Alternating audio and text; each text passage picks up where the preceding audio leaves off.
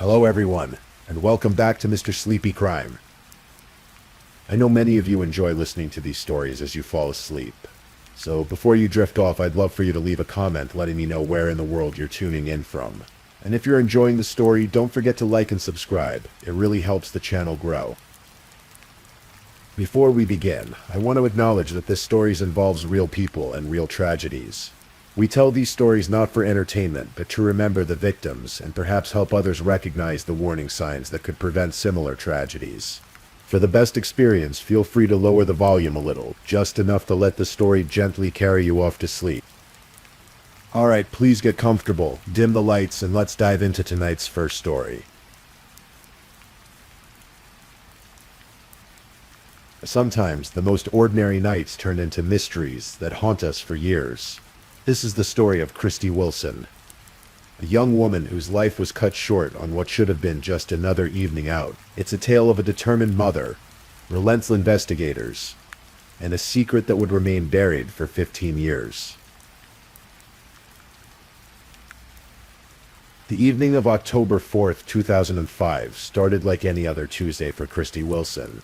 At 27 years old, Christy was in a transitional phase of her life. She had recently moved from San Jose to stay with her boyfriend, Danny Burlando, in his apartment in Sacramento. Christy was between jobs, but had promising prospects ahead. Just that week, she'd been talking excitedly to friends about a job interview coming up in San Francisco. She'd already received an offer and was looking forward to a fresh start. Christy had always been driven. Her mother, Debbie Boyd, remembered her as a standout student and athlete growing up in San Jose. She was focused, determined, someone who knew what she wanted and went after it. Her stepfather, Pat Boyd, was a detective with the San Jose Police Department, and Christy had grown up understanding discipline and the importance of staying connected with family. That Tuesday evening, Christy told Danny she was driving to Sacramento to collect the last of her belongings from storage. But instead of coming straight home, she decided to stop by Thunder Valley Casino in Lincoln, just north of Sacramento. Christy enjoyed gambling. She was good at it, friends said. It was her way of unwinding, of having a little fun when life felt heavy. Around 7 o'clock that evening, Christy walked through the bright, noisy entrance of Thunder Valley Casino. The casino floor was humming with activity. The electronic chimes of slot machines, the shuffle of cards, the low murmur of conversation blending with occasional bursts of laughter or groans of disappointment. Christy made her way to the blackjack tables, settling into a seat where she could watch the cards and lose herself in the rhythm of the game. At 10:28 p.m., Danny called her cell phone. Christy answered, her voice light and relaxed. She'd had a few drinks and had been enjoying herself. She told him she was finishing up soon and would head home shortly. Danny, comfortable and trusting, told her to drive safely. He went to bed that night expecting to wake up beside her. But somewhere in those final hours at Thunder Valley Casino, Christy's night took a turn she couldn't have anticipated. Surveillance cameras tracked her movements through the casino. She moved from table to table, at one point sitting down at a blackjack table around 11 o'clock. The footage showed her chatting with the dealer, her demeanor relaxed, perhaps a little tipsy from the drinks she'd had. She was talking back to the dealer a bit, nothing aggressive. Just the playful banter that sometimes happens in casinos when the alcohol loosens inhibitions. It was then that a man sat down next to her. He leaned over, his voice calm and friendly. "Hey, calm down," he said. "We should probably leave this table." Christy, perhaps feeling a bit embarrassed or just ready for a change, agreed. The two of them got up and walked together to another table. She didn't know this man. They'd never met before that night. It was just one of those chance encounters that happen in places where strangers gather. A casino, a bar, a restaurant. The man's name was Mario Flavio Garcia. He was 53 years old, 26 years Christie's senior. He worked as a project manager for Sutter Health, an IT specialist by training. He was married with 2 teenage sons. On paper, he looked like a pillar of his community. A soccer coach, a family man, someone who showed up to work and did his job well. The casino's player membership system would later identify him. He'd been playing slot machines earlier in the evening before moving to the blackjack tables where he encountered Christy. For several hours the two sat side by side, gambling, talking, passing the time the way strangers sometimes do. There was no indication that Christy felt threatened or uncomfortable. She was simply enjoying her evening. At 1:13 in the morning on October 5th, surveillance cameras captured Christy and Mario leaving the casino together. The footage shows them walking through the exit, heading toward the parking lot. At one point, Garcia reaches over, attempting to put his arm around Christy's shoulders. She quickly and firmly pushes his arm away, her body language clear. Then they walk together into the darkness of the parking lot, moving beyond the reach of the cameras, beyond what anyone could see. Security cameras did not cover the area where Garcia had parked his car.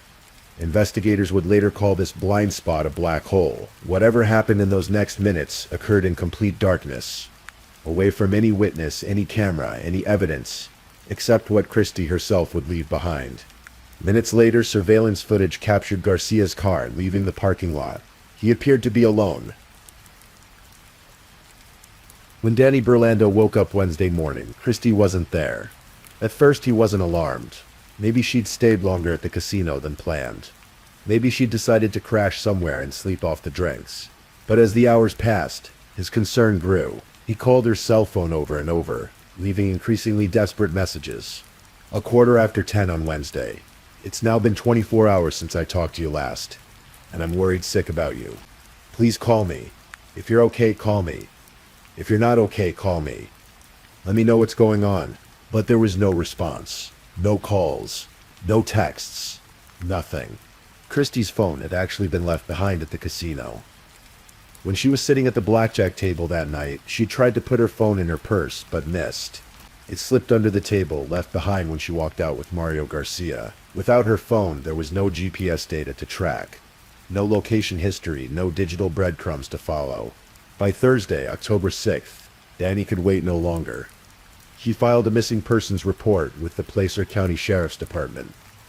Christy's mother, Debbie Boyd, got the call she'd been dreading since her daughter hadn't checked in. Something was terribly wrong. Christy was not the type to simply disappear. She was close with her family, especially her mother.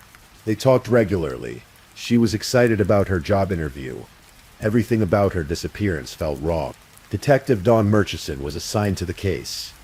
When he met with Danny, the boyfriend was cooperative, almost desperate to help. He gave investigators full access to the apartment, answered every question, provided phone records. Anything that might help find Christy. Danny even drove the 30 miles back to Thunder Valley Casino to check the parking lot himself. Christy's car was still there, parked and seemingly untouched. Investigators initially looked at Danny as a potential suspect. They always look at the romantic partner first in missing persons cases. Christy and Danny had gotten into a domestic dispute back in April. Nothing serious, but enough to raise questions. Yet the more they investigated Danny, the more he appeared to be what he claimed, a worried boyfriend who just wanted his girlfriend to come home safely. So investigators turned their attention to Thunder Valley Casino. They pulled surveillance footage and began the painstaking process of tracking Christy's movements throughout the evening. That's when they spotted the man who kept appearing beside her hour after hour. Using the casino's player card system, they identified him Mario Flavio Garcia, a resident of Auburn, California. On October 7th, detectives went to Garcia's home to interview him. When Garcia answered the door, investigators immediately noticed something. His face was covered in scratches, fresh scratches, deep ones that ran down his face and across his chest. They looked like defensive wounds, the kind that comes from someone clawing at an attacker fighting for their life. Garcia seemed nervous, but agreed to talk. He admitted he'd been at Thunder Valley Casino that night. Yes, he remembered meeting a young woman. They'd gambled together for a while, he said. He couldn't remember her name. When they left the casino together around 1 in the morning, they'd walked toward his car in the parking lot. But then, Garcia claimed, Christy told him she'd lost her phone. She said she needed to go back inside the casino to find it. They said goodbye, he said, and she walked back toward the casino entrance while he got in his car and drove home alone. Garcia said he'd turned left out of the parking lot, taking the most direct route back to Auburn. He'd gotten home, gone to bed. That was it. He had no idea what happened to Christy after that. Investigators noted every detail of Garcia's story, but they didn't believe him. The scratches on his face told a different story. The next day, October 6th, Garcia had gone to a doctor, claiming the injuries to his face, chest, and eye came from falling out of a tree while doing yard work. But his injuries weren't consistent with that type of fall. And when Garcia showed up to work that morning, an hour late, coworkers noticed the scratches right away. On October 8th, investigators obtained a search warrant for Garcia's vehicle. What they found confirmed their worst suspicions. Inside the car, forensic technicians discovered strands of hair consistent with Christy Wilson's. They also found minute amounts of blood on the back seat and door. DNA testing would later confirm it was Christy's blood. Christy Wilson had been inside Mario Garcia's car, and she hadn't gotten out on her own. As investigators dug deeper into Mario Garcia's background, a terrifying pattern began to emerge. This was not a man who'd simply made one terrible mistake. This was a man who'd been hurting women for decades, and the system had failed to stop him. The story began in 1976, in the Bay Area city of Fremont, California. A young woman named Wendy Ward had just moved there from Ohio with her husband. They settled into their new neighborhood and quickly befriended their neighbors, including a man named Mario Garcia. He seemed kind, helpful, the perfect neighbor. When Wendy and her husband separated the following year, Garcia was there, offering support and friendship. Wendy was 26. Mario was 27. They started dating. At first, Garcia seemed wonderful, supportive, caring, attentive. But soon, Wendy noticed a shift. Garcia became possessive. His temper would flare without warning. When she tried to pull away, he became more controlling. Wendy began missing work so her colleagues wouldn't see her black eyes. In 1978, when Wendy finally told Garcia she was ending the relationship, he snapped. He grabbed her, forced her into his van, and drove to a secluded area in the Santa Cruz Mountains. What happened there was brutal. Garcia held her by the neck, threatened to smash her head in if she resisted. He sexually assaulted her. Wendy fought back, clawing and scratching, trying desperately to get away. She managed to escape with her life, but barely. Police arrested Garcia, and he was charged with kidnapping, rape, and assault with a deadly weapon. But then months later, in January 1979, Garcia came back for Wendy. He kidnapped her again. This time he brought her to a room where he showed her a pistol. He loaded a magazine, approached her, and pressed the gun to her head. Wendy heard the click of the hammer. The gun wasn't loaded. Garcia was toying with her, terrorizing her. He asked her if she'd ever considered suicide. Somehow Wendy survived that night too. Garcia was arrested again, but the case dragged through the courts for 2 years. In 1981, prosecutors, overwhelmed with cases, courts clogged with backlogs, offered Garcia a plea deal. They told Wendy it was her word against his, that they might not win at trial. The deal: Garcia would plead guilty to 1 count of assault with a deadly weapon. His sentence, 18 months of probation. Wendy took the deal. She had to. But she knew in her heart that Garcia would do this again. She tried to move on with her life, hoping she'd never hear his name again. But while Garcia was out on bail in 1979, waiting for his case to be resolved, he met a woman named Lynette Smith. She was 33 years old, vivacious and athletic, known for her love of dancing. Lynette worked as a legal secretary on Garcia's defense team. Garcia told her that Wendy Ward was unstable, that she'd fabricated the charges against him. Lynette believed him. They started dating. They moved in together. And then the abuse began. The same pattern Wendy had endured. The physical violence, the control, the terror. On one occasion, the abuse was so severe that Lynette had to be hospitalized. Her brother, Tom Davis, watched helplessly as his sister fell into the same nightmare Wendy had escaped. By the end of 1979, Lynette had reached her breaking point. She called her mother, Violet Davis, in Ohio and begged her to fly out to California. She needed support to end the relationship with Garcia. Her mother came. On Christmas Eve, December 24th, 1979, Garcia suggested they all go out for dinner, as a way of getting closure. Lynette, her mother, Violet, and Garcia drove from Hayward to a restaurant in San Francisco in Lynette's beige 4-door sedan. After dinner, they began the drive back home.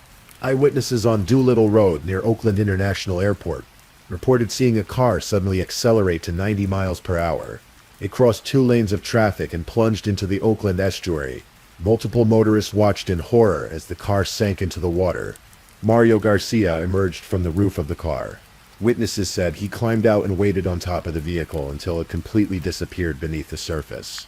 Then he swam calmly toward shore. Lynette Smith and her mother Violet Davis drowned in that car. Oakland police investigated the incident. Garcia's story kept changing. He gave conflicting accounts about where he was sitting in the car, about what happened in those final moments. Lynette's brother Tom told police that his sister was an excellent swimmer. The idea that she couldn't escape that car made no sense. But there was no physical evidence to prove Garcia had been driving. No way to demonstrate that this wasn't just a tragic accident. The case went cold. Officially, it remains unsolved to this day. Wendy Ward found out about Lynette's death through a heartbreaking coincidence. Tom Davis was an old friend from Ohio. When Wendy reconnected with him and asked about his sister, Tom told her Lynette had died in a car accident. The man involved? Mario Garcia.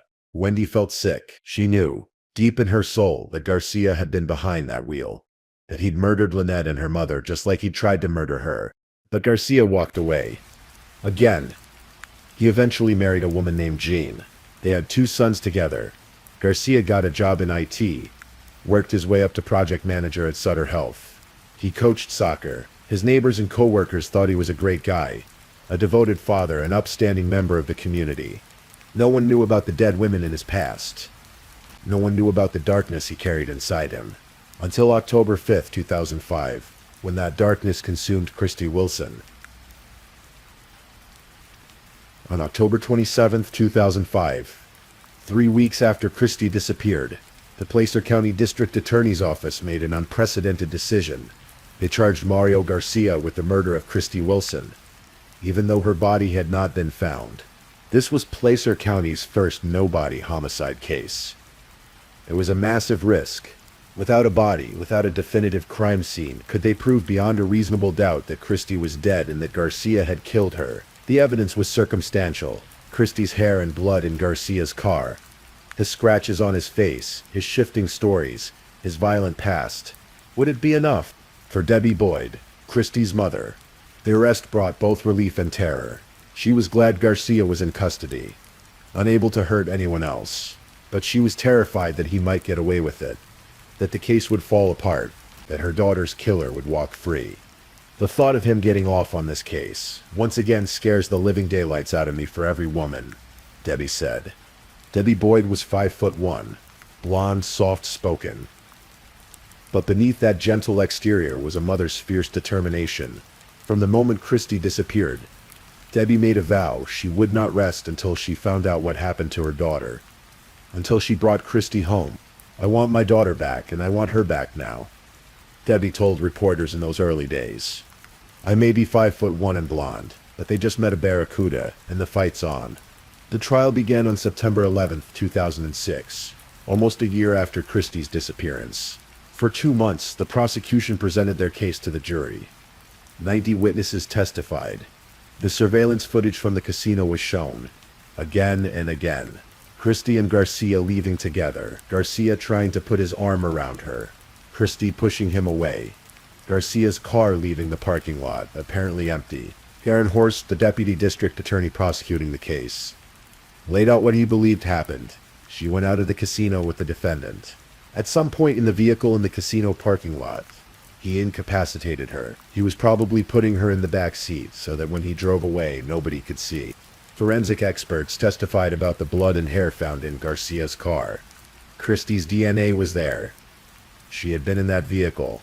Medical experts examined the scratches on Garcia's face and chest. They were consistent with defensive wounds, the kind that comes from fingernails clawing at an attacker.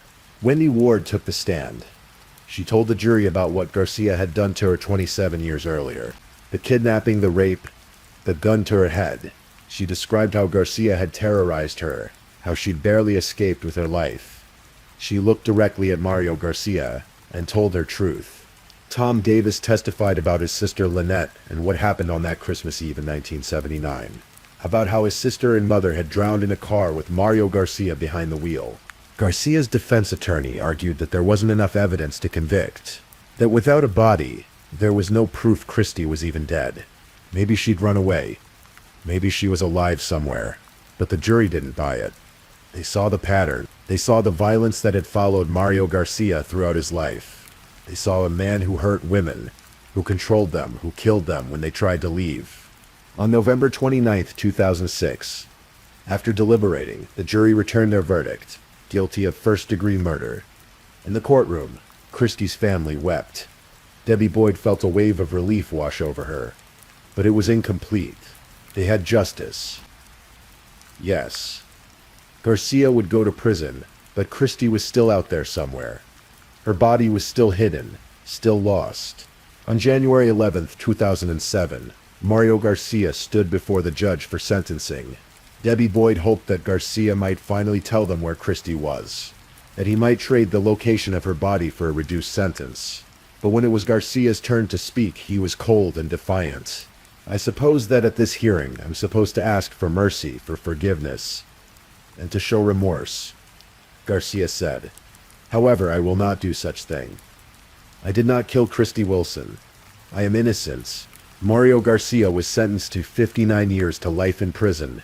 He was taken away to serve his sentence at the R.J. Donovan Correctional Facility, near San Diego. His wife, Jean, and his 2 sons severed all ties with him after the conviction, and Christie Wilson remained missing. The years passed slowly for Debbie Boyd. Every night before bed, she wondered the same thing. Where is my daughter? Where did Mario Garcia put her? Investigators Don Murchison and Nuno Tavares refused to give up. They'd been on the case from the beginning, and they were determined to find Christie and bring her home to her family. They searched abandoned mines. They looked in fields and forests. They even searched through sewage-filled septic tanks. Every lead, every tip, every possibility. They followed it all. But Northern California is vast. The Sierra Nevada mountains offer countless places to hide a body. Rivers, lakes, forests, ravines. Christie could be anywhere. In 2017, Debbie Boyd made a painful decision. She reached out to Mario Garcia. In a television interview, she called him a lost soul, and hinted that she'd be willing to sit down and talk with him. She wanted Christie back so desperately that she was willing to negotiate with her daughter's murderer. Her appeal worked. Garcia began writing letters to Boyd, and to Placer County officials. He never admitted to killing Christie, but he apologized to Boyd for her loss. In one letter, Garcia hinted that he might be willing to trade information for an early release from prison. I would give anything if I could go home to die surrounded by my family, he wrote. For a moment, it seemed like Debbie might finally get her answer. But as she thought about it, she realized she couldn't do it. She couldn't let Garcia use her daughter's body as a bargaining chip. She couldn't give him what he wanted. Freedom when he'd taken everything from Christie. This would be such a disgrace, Debbie said. He will not use my daughter's body as a bargaining chip. So the search continued. More years passed. 2017 became 2018. Then 2019. 15 years since Christie had disappeared. 15 years of searching. 15 years of not knowing. Then, in 2019, investigators Murchison and Tavares decided to try something different. They contacted Garcia's 2 sons, who had been teenagers back in 2005. The investigators asked if the sons remembered anything unusual about their father's behavior in the days after Christie disappeared. One of the sons remembered something. It was a small detail, something that had stuck with him for years. He recalled seeing his father using a tractor in their backyard around the time Christie vanished. The memory had always bothered him because his father was supposed to be at one of his soccer games that day. It was important, and his father had promised to be there. But instead, Garcia had stayed home, working in the backyard with the tractor. It was strange. It was out of character. And it had happened at exactly the same time Christie Wilson disappeared. Murchison and Tavares looked at each other. Garcia's former home in Auburn. The property was large, 4.5 acres. Could it be? The house had been sold years ago. New owners lived there now, but when investigators approached them and explained the situation, the homeowners agreed to let them search the property.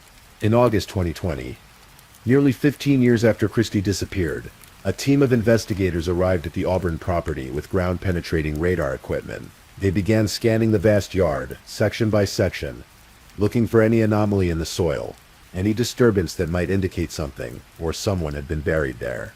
The radar picked up several areas of interest. The team began excavating, carefully digging in each location. The first hole yielded nothing. The second hole, nothing.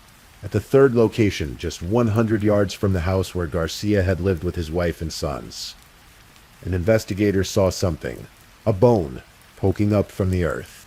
They'd found her. Over the following hours, investigators carefully excavated the area. They recovered skeletal remains, nearly a complete skeleton. The remains were brought to the Placer County morgue for examination. Dental records confirmed what everyone already knew. It was Christy Wilson. She'd been there all along, buried in the backyard of Garcia's home while his family lived their lives.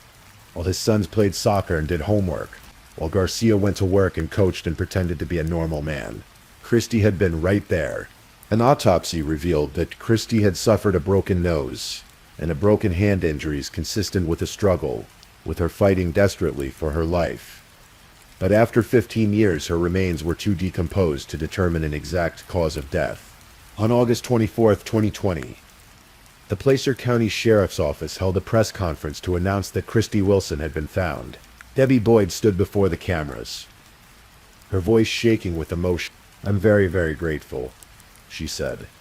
She thanked the investigators who'd never given up, who'd searched for 15 years to bring her daughter home. After so long, so many nights of wondering, so many prayers, so many tears, Christy could finally rest. Christy's family had her remains cremated. They visited a pier in Capitola where they'd placed a memorial plaque years earlier, a place Christy had loved to go. They scattered some of her ashes there, letting her be part of the ocean, the waves, the endless horizon. Debbie Boyd said that finally knowing where Christy was, finally having her home, allowed the family to grieve in a way they couldn't before. The wondering had been unbearable. Now at least they had closure. Not the closure they wanted. Christy should have been alive, should have had a family of her own, should have grown old, but closure nonetheless. Mario Garcia died on December 24, 2020, just 4 months after Christy's body was found. He died of pneumonia on Christmas Eve, exactly 41 years to the day after Lynette Smith and Violet Davis drowned in that car in Oakland. He died without ever admitting what he'd done, without ever showing remorse, without ever explaining why. In the end, Christy Wilson helped solve her own murder.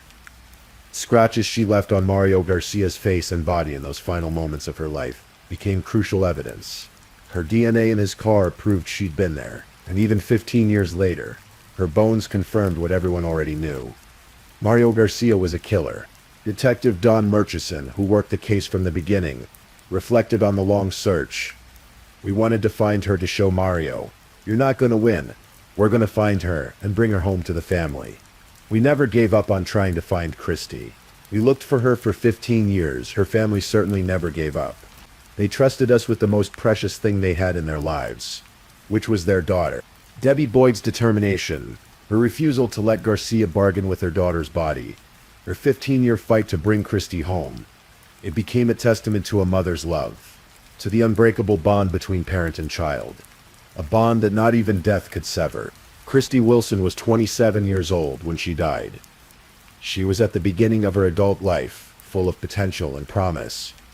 She'd overcome challenges, earned a job offer in San Francisco, was ready for a fresh start. She'd gone to a casino for a few hours of fun to gamble and unwind, to enjoy herself after a stressful period in her life.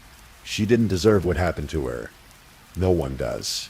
Her story reminds us that evil often wears a friendly face, that monsters can be neighbors, co-workers, the coach of your child's soccer team, that systems sometimes fail, allowing dangerous people to hurt again and again, that justice, when it comes, can take years or decades to arrive. But it also reminds us of the power of perseverance, of mothers who refuse to give up, of investigators who work a case for 15 years, because they made a promise, of families who hold on to hope, even when it seems like there's none left to hold on to. Rest peacefully, Christy Wilson. Your mother brought you home. Your memory endures, and Mario Garcia, the man who thought he'd buried his secret forever, died knowing that his last victim had been found, that his carefully constructed lies had crumbled, that he'd been exposed for exactly what he was. In the end, Christy won. She fought back. She left her mark. She made sure the truth would eventually come to light. And that perhaps is the most important part of her story to remember. If this is your first time listening to one of our true crime stories, welcome to Mr. Sleepy Crime, where we explore these cases in a calm and respectful way. I also want to take a moment to appreciate my amazing subscribers who've been rocking with me. Thank you so much for your continued support. If you're still awake and listening, don't forget to drop a comment. Let me know where you're tuning in from and the current time in your corner of the world. Or just say something to let me know you're still here. And if you haven't already, be sure to like this video and subscribe so you don't miss our next true crime stories for sleep. Now let's move on to our second story. Story 2. Tonight we're traveling to the quiet coastal community of West Mersey, a small island town in Essex, England. This is a place where neighbors know each other by name, where local carnivals bring the community together, and where trust runs deep through the fabric of everyday life. But sometimes the most ordinary places hide the most extraordinary darkness. This is the story of Carol and Stephen Baxter, a successful couple in their 60s who built a comfortable life together. And this is also the story of Luke DeWitt, a young man who presented himself as helpful and kind, but who harbored something far more sinister beneath his quiet exterior. What unfolded over nearly a decade remains one of the most complex and disturbing cases ever investigated by Essex police. So, as we settle in, let me tell you about a crime that shocked an entire nation.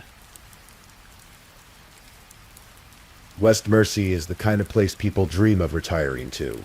Located on an island connected to mainland Essex by a causeway, it offers stunning views of the Blackwater estuary, charming seafood restaurants, and a tight-knit community where everyone seems to know everyone else.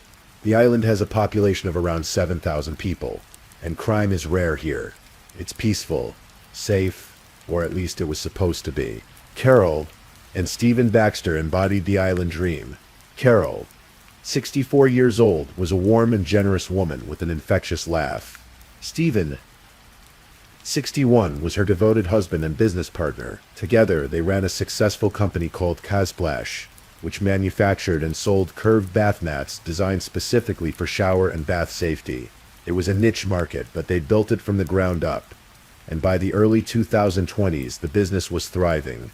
The couple had been married since 2000, and their relationship was one of genuine partnership. They worked together, planned together, and dreamed together. They had 2 children, a daughter named Ellie, and a son named Harry. As their children grew up and moved out to start their own lives, Carol and Stephen found themselves entering that golden phase of life where they could finally enjoy the fruits of their labor. They were looking forward to spending more time with their grandchildren, planning holidays, maybe even downsizing to a more manageable home. Their house on Victory Road was a beautiful property, the kind of home that represented everything they'd worked for. It had a conservatory where they loved to sit in their favorite armchairs, looking out at their garden, discussing business plans, or simply enjoying each other's company. Friends described them as devoted to each other, always supporting one another through life's ups and downs. Carol was particularly community-minded. She was involved in local activities, always willing to help a neighbor, always ready with a kind word. Stephen was quieter, more reserved, but equally generous. Together, they were pillars of the West Mersey community. They were the kind of people everyone wanted to know, the kind who made their corner of the world a little bit brighter. But around 2012, the Baxters needed help with something outside their expertise. Their business was growing, and they needed a proper website, something professional that could help them reach more customers. They needed someone who understood technology, someone who could navigate the digital world that was increasingly important for small businesses.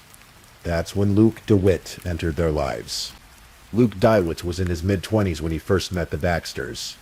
He was introduced through a mutual acquaintance, and he seemed like the perfect solution to their problem. He was an IT consultant, someone who could build their website and help them manage the technical side of their growing business. And from the very beginning, Luke seemed eager to help. Luke was a quiet young man, what some people might call a bit odd or nerdy. He lived with his mother in West Mersey, and he kept to himself mostly, but he had a good reputation in the community. He volunteered at the local soup kitchen.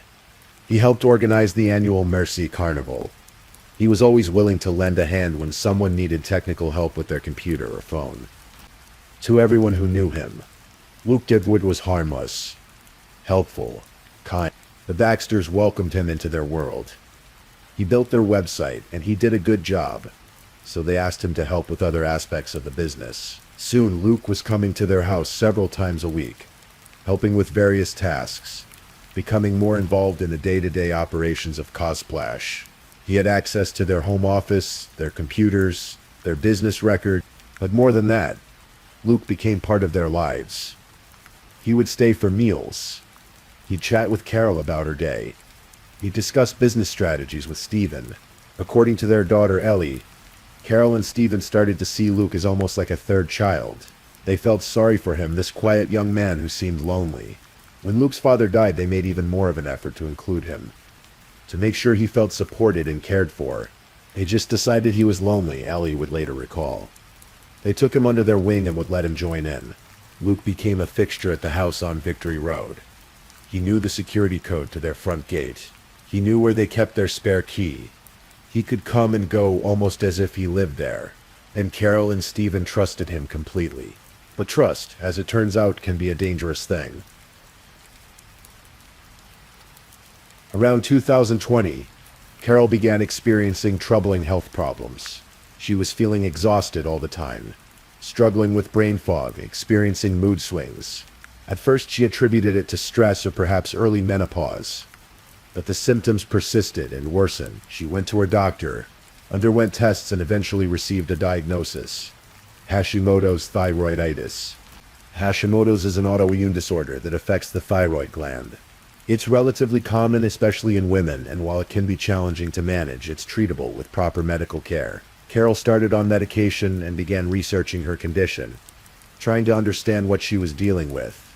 But something strange started happening.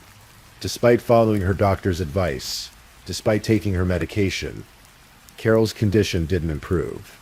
In fact, it seemed to get worse. She became increasingly forgetful, to the point where her family worried she might be developing early-onset dementia. Her behavior became erratic and unpredictable. There were times when she seemed confused, disoriented, not quite herself. The family was deeply worried. Steven did everything he could to support his wife. Ellie tried to encourage her mother to see more doctors, to get second opinions. But Carol was becoming increasingly isolated, increasingly dependent on a very specific source of support. That support came in the form of an American doctor named Andrea Bowden. Dr. Andrea Bowden, according to her online presence, was a specialist in endocrinology with particular expertise in treating Hashimoto's disease. She had supposedly treated dozens of patients successfully, helping them manage their symptoms and reclaim their lives. And somehow she had reached out to Carol, offering to help. Carol was thrilled. Finally, someone who understood what she was going through. Dr. Bowden seemed compassionate, knowledgeable, and genuinely invested in Carol's well-being. She invited Carol to join a private WhatsApp support group for Hashimoto's patients. In this group, Carol found what seemed like a community of understanding, other women who were going through exactly what she was experiencing. There was Cheryl, who had struggled with Hashimoto's for years but was finally seeing improvement.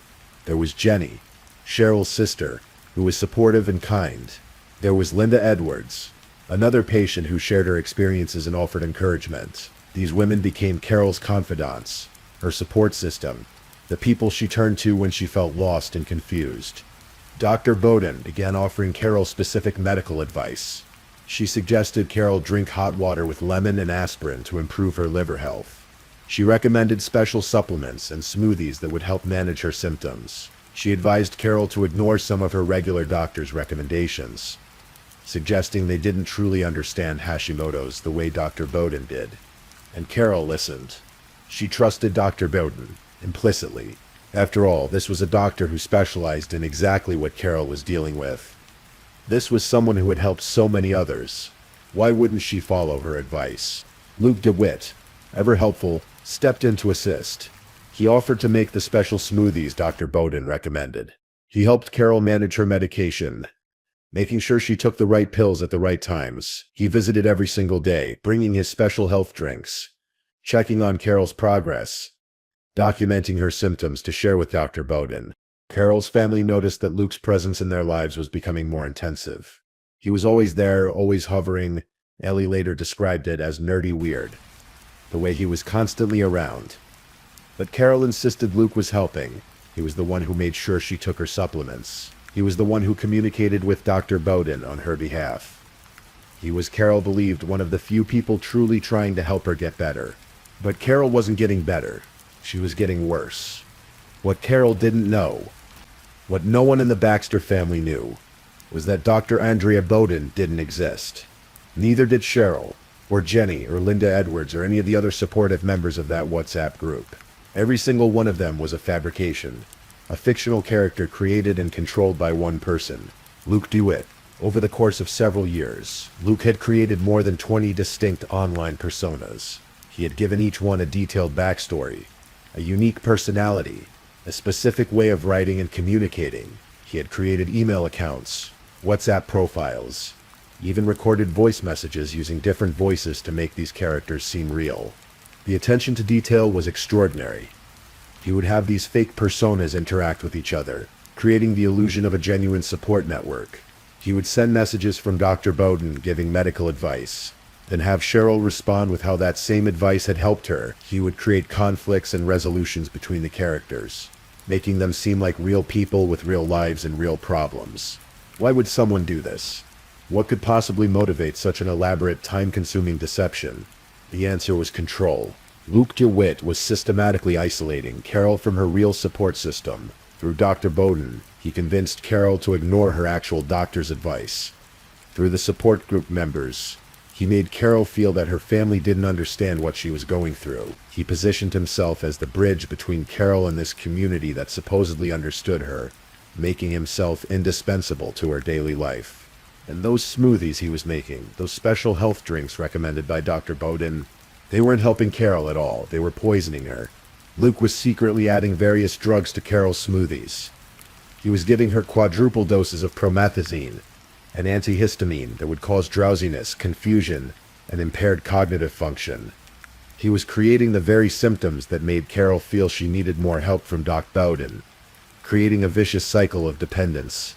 In one particularly disturbing incident, Carol was hospitalized with severe stomach pain. During a scan, doctors discovered something shocking. There was a metal tack inside a medicine capsule in her stomach.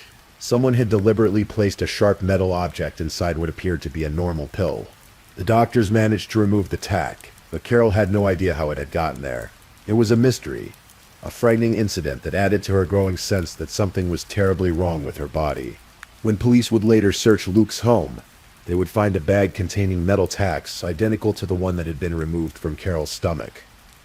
They would also find empty pill casings, the kind that could be filled with medications or other substances.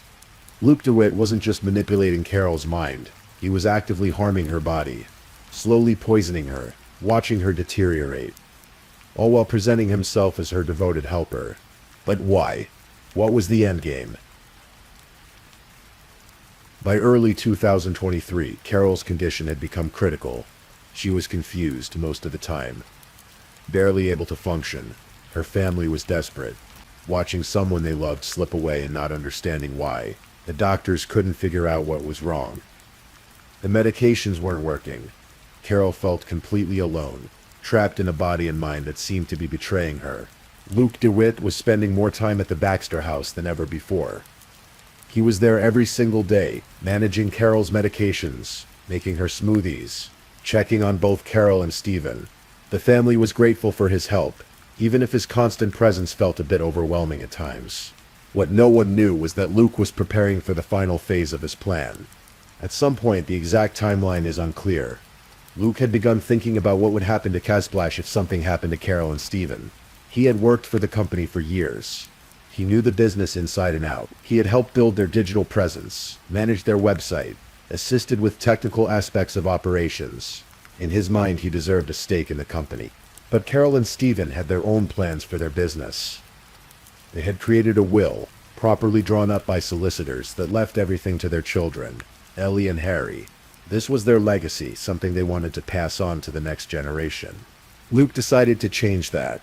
Through one of his fake personas, a solicitor named Martin Ellison, Luke began planting seeds about the importance of updating wills, of making sure business succession plans were in place. He created a new document, one that looked official and legitimate, that designated Luke DeWitt as a director and person with significant control of Casplash. According to this false will, if anything happened to Carol and Steven, Ellie would inherit the business, but Luke would be named director. And when Ellie turned 30, Luke would automatically receive 50% ownership of the company.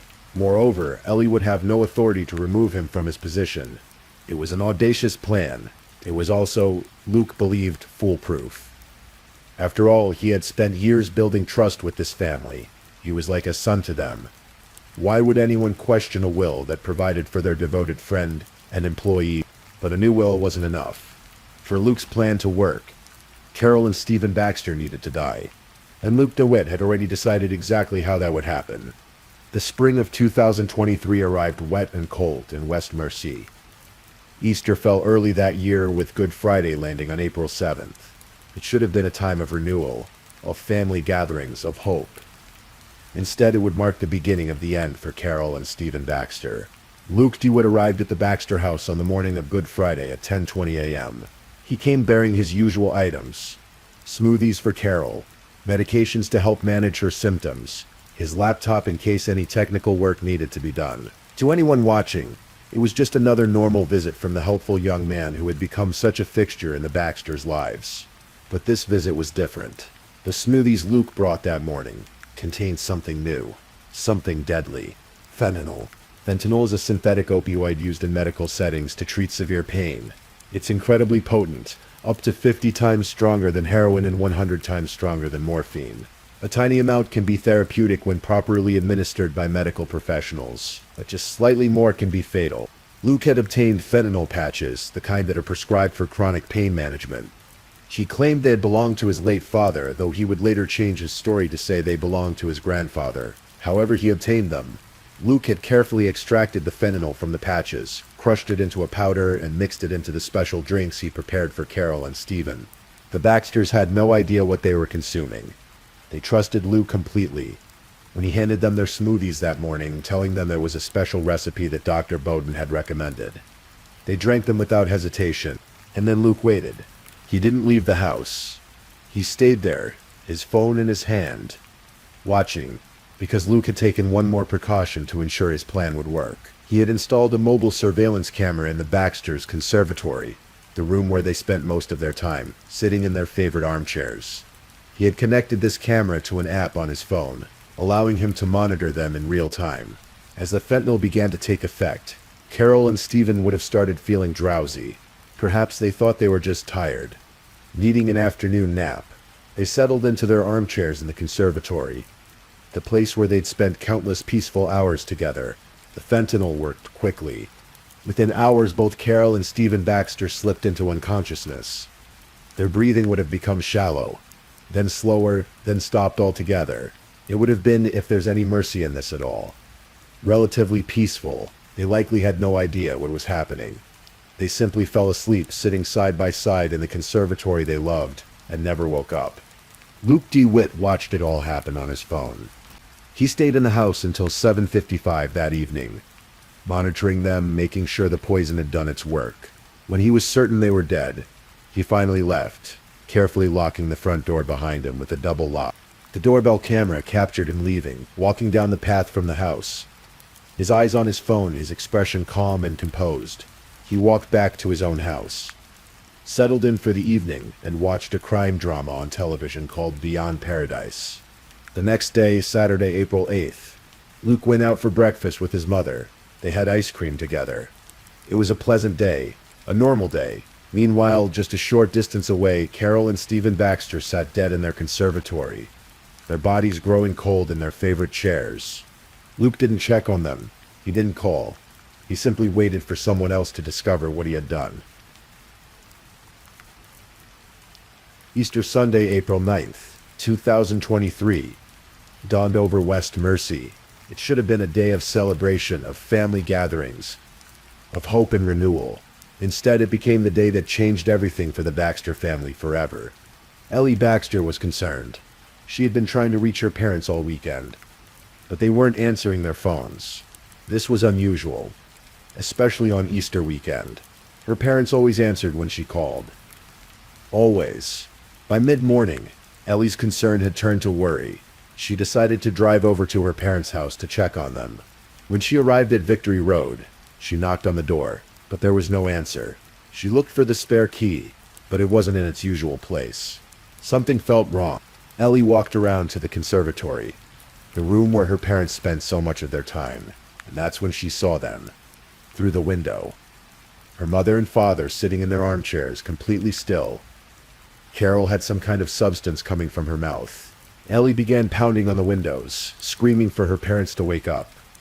When they didn't respond, she called her partner, and together they smashed their way into the house.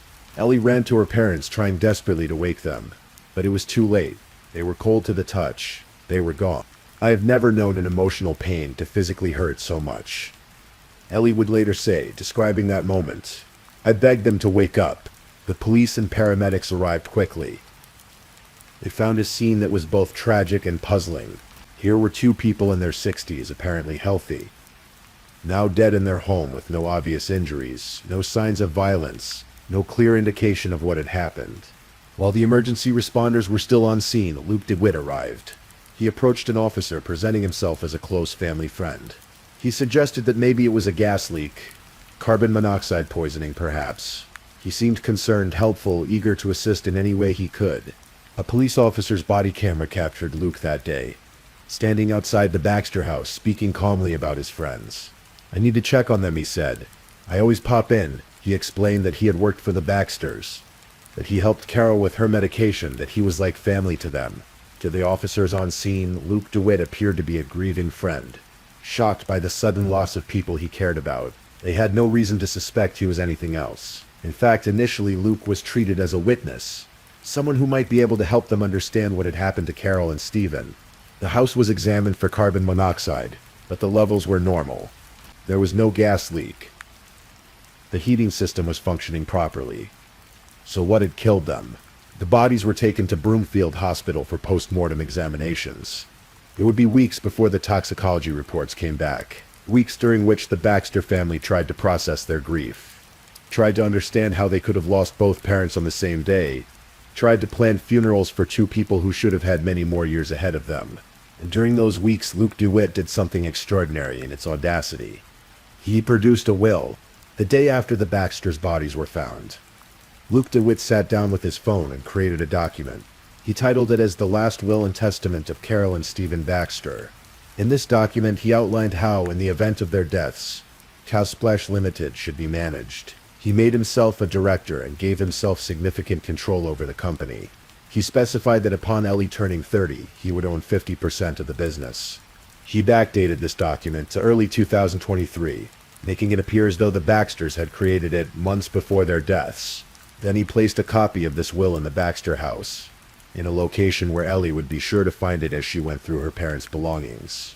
Ellie was confused when she found the will. Her parents had never mentioned creating a new will. They had always been transparent about their plans to leave the business to their children. This new document didn't make sense. She mentioned it to the police, who made a note of it but didn't initially see it as significant.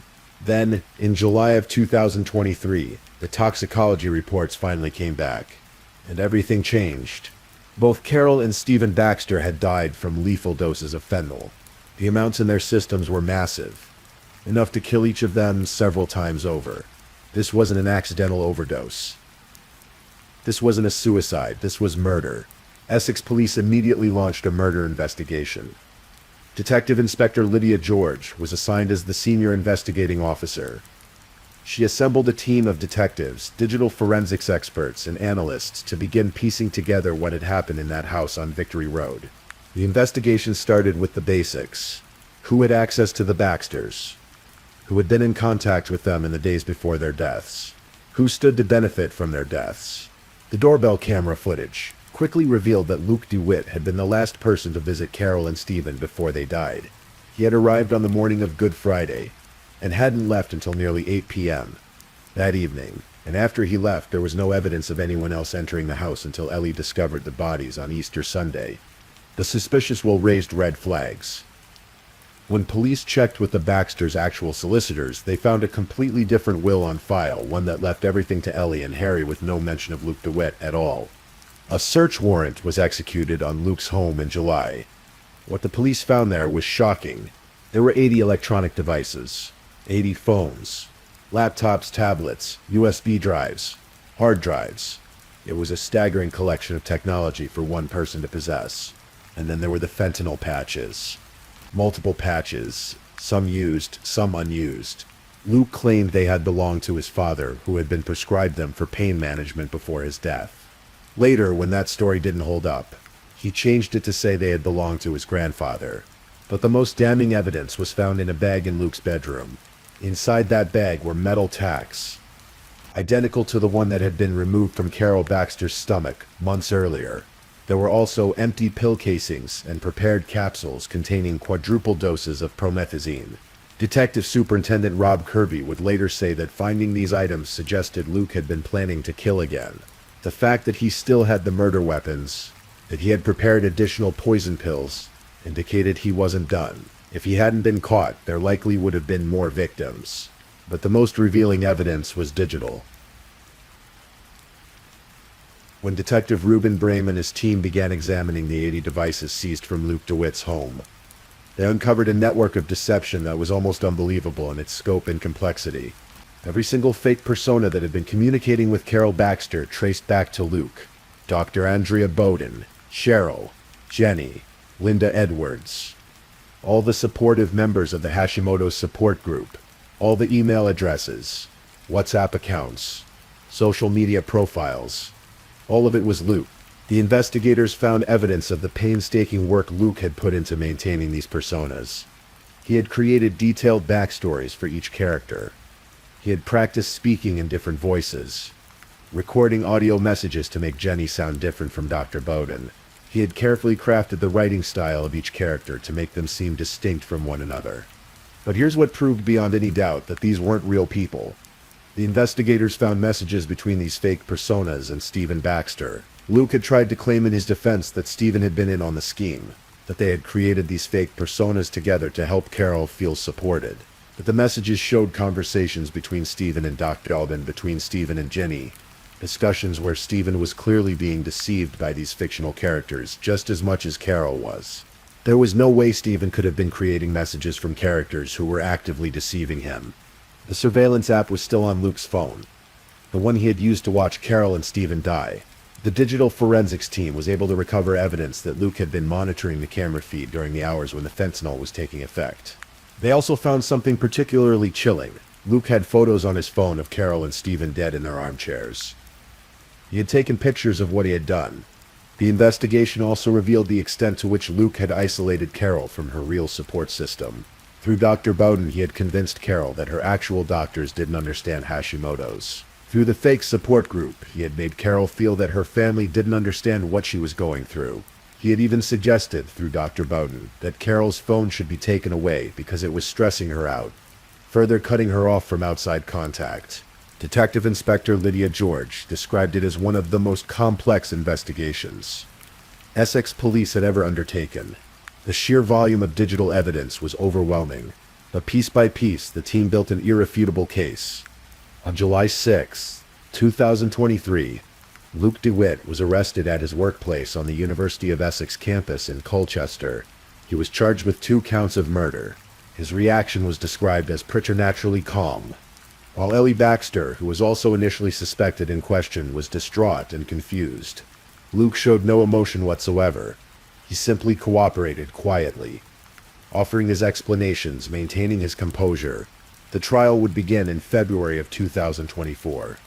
The trial of Luke DeWitt opened at Chelmsford Crown Court on Valentine's Day, 2024. Presiding over the case was Justice Lavender. The prosecution was led by Tracy Island, KC, who had the massive task of presenting the complex web of evidence to the jury. Over the course of 6 weeks, the courtroom heard testimony that painted a picture of manipulation and control that was almost unprecedented in its scope. Ellie Baxter took the stand, her voice breaking as she described finding her parents dead. She spoke about how Luke had been a constant presence in their lives, someone she had trusted like a brother. She talked about how she had confided in Jenny, one of Luke's fake personas, after her parents died, seeking comfort from someone she thought understood her pain. "I was absolutely beside myself," Ellie testified. "Who do I trust now? I was hurt." Luke I honestly thought was my brother, but unfortunately the evidence is stacking up. It all makes sense now. Medical experts testified about the effects of fentanyl, explaining how the doses found in Carol and Steven's systems were massively beyond therapeutic levels. They explained how fentanyl shuts down the respiratory system, causing death by essentially making the body forget to breathe. Other medical experts discussed the promethazine found in Carol's system, the quadruple doses that would have caused severe confusion, drowsiness, and cognitive impairment. They explained how Carol's symptoms of supposed dementia were actually the result of being systematically poisoned. Digital forensics experts walked the jury through the evidence recovered from Luke's devices. They showed how every fake persona could be traced back to him. They demonstrated the surveillance app and explained how it had been used to monitor the Baxters as they died. The prosecution played recordings of voice messages Luke had sent while pretending to be Jenny, showing how he had practiced speaking in a feminine voice to make the character more believable. It was disturbing to hear this evidence of the lengths Luke had gone to in his deception. Throughout all of this testimony, Luke DeWitt sat in the dock, using a wheelchair throughout the trial, showing little emotion. He maintained his composure, occasionally taking notes, but never displaying the grief or remorse one might expect from someone accused of murdering their friends. When it came time for the defense, Luke's legal team presented his version of events. Luke claimed that he had created the fake personas. Yes, but that it had been Steven's idea. According to Luke, Steven had asked him to create these fictional characters to give Carol someone to talk to help manage her anxiety and stress about her illness. He claimed that he and Steven had been working together the whole time, that Dr. Bowden and the others were a kind of therapeutic fiction designed to help Carol feel supported. It was. The prosecution argued an absurd defense, and under cross-examination, it fell apart completely. Tracy Eiling read aloud messages between the fictional characters and Stephen Baxter. She showed conversations where Stephen was clearly being manipulated by Dr. Bowden, where he was seeking advice for Carol from this fictional doctor, where he was worried and confused about the conflicting medical information he was receiving. There was no way Stephen could have been part of creating personas that were actively deceiving him. The jury deliberated for less than 2 days. On March 20th, 2024, they returned with their verdict, guilty on both counts of murder. Ellie Baxter wept as the verdicts were read. Her brother Harry sat beside her, both of them finally seeing justice for their parents. Luke DeWitt showed no reaction, his expression remaining blank and calm. 2 days later, on March 22, 2024, Luke DeWitt returned to Chelmsford Crown Court for sentencing. Justice Lavender had the difficult task of determining what punishment fit crimes of such calculated cruelty. Before passing sentence, the judge addressed Luke directly, speaking about the nature of his crimes and what they revealed about his character. Justice Lavender spoke about the elaborate planning that had gone into the murders, the years of grooming and manipulation, the creation of more than 20 fake personas, the systematic poisoning of Carol, the surveillance camera set up to watch them die, the fake will created to profit from their deaths. Deciding whether another person lives or dies is the ultimate form of control, Justice Lavender said. He noted that while financial gain was certainly a motive, what seemed to drive Luke more than anything was this desire for control over the Baxters' lives and deaths. The judge described the crimes as macabre, and based on a significant degree of planning. He spoke about how Luke had betrayed the trust of people who had welcomed him into their lives, who had treated him like family, who had tried to support him after his own father's death. Ellie Baxter read a victim impact statement to the court. Her words were powerful and heartbreaking. "My mom and dad are dead," she said. "But they didn't just die, they were taken from me and my young children. My mom lost her freedom, her will, her ability to function 2 years prior to her murder, due to her illness. An illness no one could help with or understand because it was contrived by Luke DeWitt." She described how her mother had felt so alone, how Carol had cried on her shoulder, how she had tried desperately to help but didn't understand that her mother was being poisoned. She spoke about finding her parents dead, about the physical pain of that emotional trauma. "Mom felt so alone and lost, and there was nothing I could do other than give her my shoulder to cry on and cuddle her," Ellie said through tears. Justice Lavender then pronounced sentence. Life imprisonment was mandatory for murder. The question was how long Luke would serve before becoming eligible for parole. The prosecution had argued that the crimes were so serious, so heinous, that Luke should never be released. They suggested a whole life order, meaning Luke DeWitt would die in prison with no possibility of ever being freed. A Justice Lavender determined that while the crimes were extraordinarily serious, they didn't quite meet the threshold for a whole life order. Instead, he sentenced Luke DeWitt to life in prison with a minimum term of 37 years before he could even be considered for parole. Luke DeWitt was 26 years old at the time of sentencing. He would be 63 before he could even apply for parole, older than his victims were when he killed them. And parole is far from guaranteed. The parole board would have to be convinced he was no longer a danger to society. Given the calculated nature of his crimes, that seems unlikely. As the sentence was read, Luke showed no emotion. He was led from the dock and taken into custody, beginning what would likely be the rest of his natural life behind bars. The case of Carol and Stephen Baxter raises profound questions about trust, manipulation, and the nature of evil itself. How could someone spend years pretending to care for people, only to methodically plan their murders? What kind of mind creates an entire fictional universe just to isolate and control another human being? Detective Superintendent Rob Kirby, who oversaw the investigation, called it one of the most complex and disturbing cases he had encountered in his career. The sheer effort Luke put into his deception, the hundreds of messages sent while pretending to be different people, the voice recordings, the careful construction of backstories, all of it suggested someone with an almost pathological need for control. Psychologists who reviewed the case noted characteristics consistent with narcissistic personality disorder, and possibly psychopathy. Luke showed no genuine empathy for his victims. He was able to watch them die with clinical detachment. He took photographs of their bodies. He went out for ice cream the next day. But perhaps most chilling was how normal he seemed. Luke DeWitt wasn't an obvious monster. He was quiet, helpful, community-minded. He volunteered at soup kitchens. He helped organize local events. His neighbors described him as polite and harmless. Even after his arrest, some people in West Mercy struggled to believe he could have done something so terrible. This is perhaps the most unsettling lesson of this case. Evil doesn't always announce itself. Sometimes it wears a friendly face. Sometimes it offers to help with your website, makes you smoothies. Becomes like family. For Ellie Baxter and her brother Harry, the pain of losing their parents is compounded by the betrayal of someone they trusted. Luke wasn't just a family friend. He was someone they confided in, someone they grieved with after his own father's death, someone they considered almost like a brother. Our parents were good to him, Ellie said after the sentencing. They trusted him, and he repaid that trust by taking everything from us. The business their parents built, Castle Splash, continues to operate. Ellie has taken over management, determined to preserve her parents' legacy, but the joy has been stolen from it. Every day she runs the business. She's reminded of the person who tried to steal it, and who murdered her parents in the process. West Mercy, that quiet island community where everyone knows everyone, has been forever changed by this case. The sense of safety, of trust, has been shattered. People lock their doors more carefully now. They're more cautious about who they let into their homes, into their lives.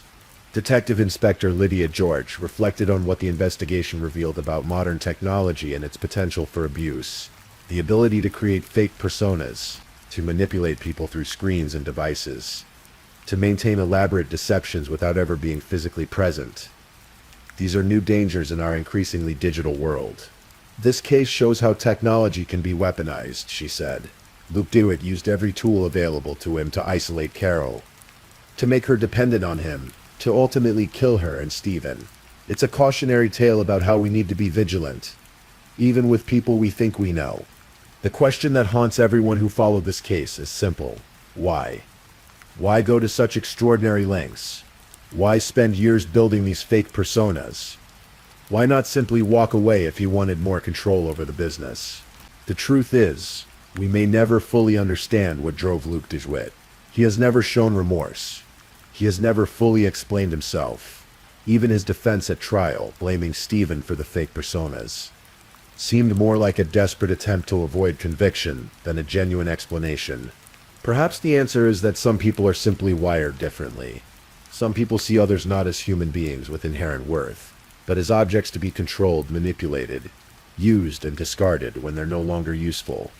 Carol and Stephen Baxter were loving parents, successful business owners, valued members of their community. They worked hard, built a good life, and looked forward to enjoying their golden years together. They welcomed a lonely young man into their lives, trying to show him kindness and support. They deserved to grow old together, to play with their grandchildren, to sit in their conservatory watching the sunset over their garden. Instead, they died in those chairs, poisoned by someone they trusted, someone they had tried to help. This is their story. This is how their lives ended, and how justice was finally served. If you're listening to this as you fall asleep, let it be with the knowledge that cases like this are rare. Most people are good. Most acts of kindness are genuine. Most trust is rewarded with loyalty. But remember, Carol and Stephen. Remember that evil can hide behind a helpful smile. Remember that trust should be earned over time, not given freely to anyone who seems kind. And remember that even in the darkest cases, justice can prevail.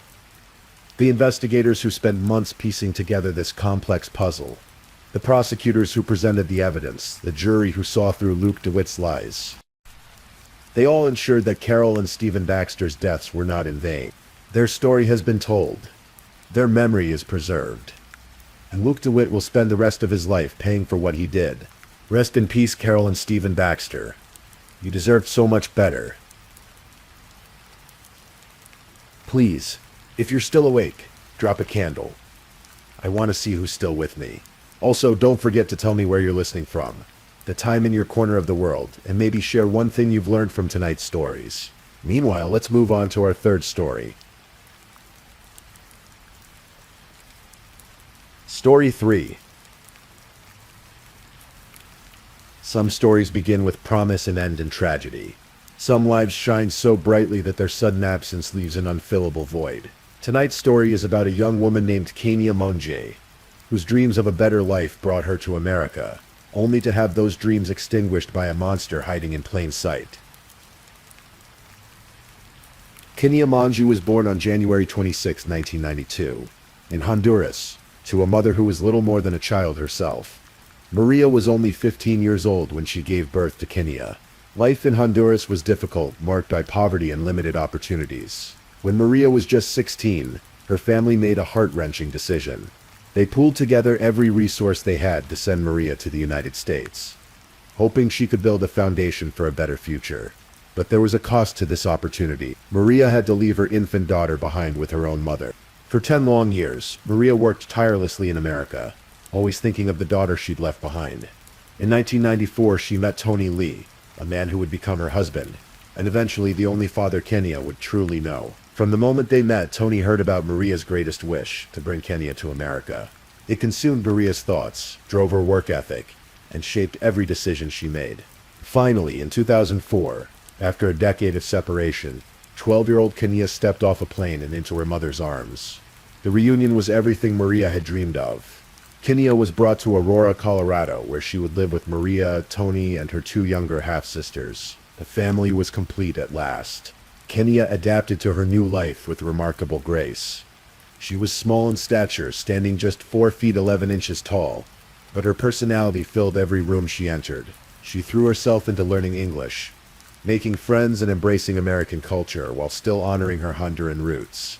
When she was 12 and learning English, she asked Tony to explain their relationship in American terms. Tony told her the truth. "I am your stepfather and you are my stepdaughter." But Kania shook her head. "No," she told him firmly. "You are my father and I am your daughter." From that moment on, that's exactly what they were to each other. Kania loved the color pink. She adored Hello Kitty. She dreamed of a career in broadcasting, and had enrolled in college to pursue that dream.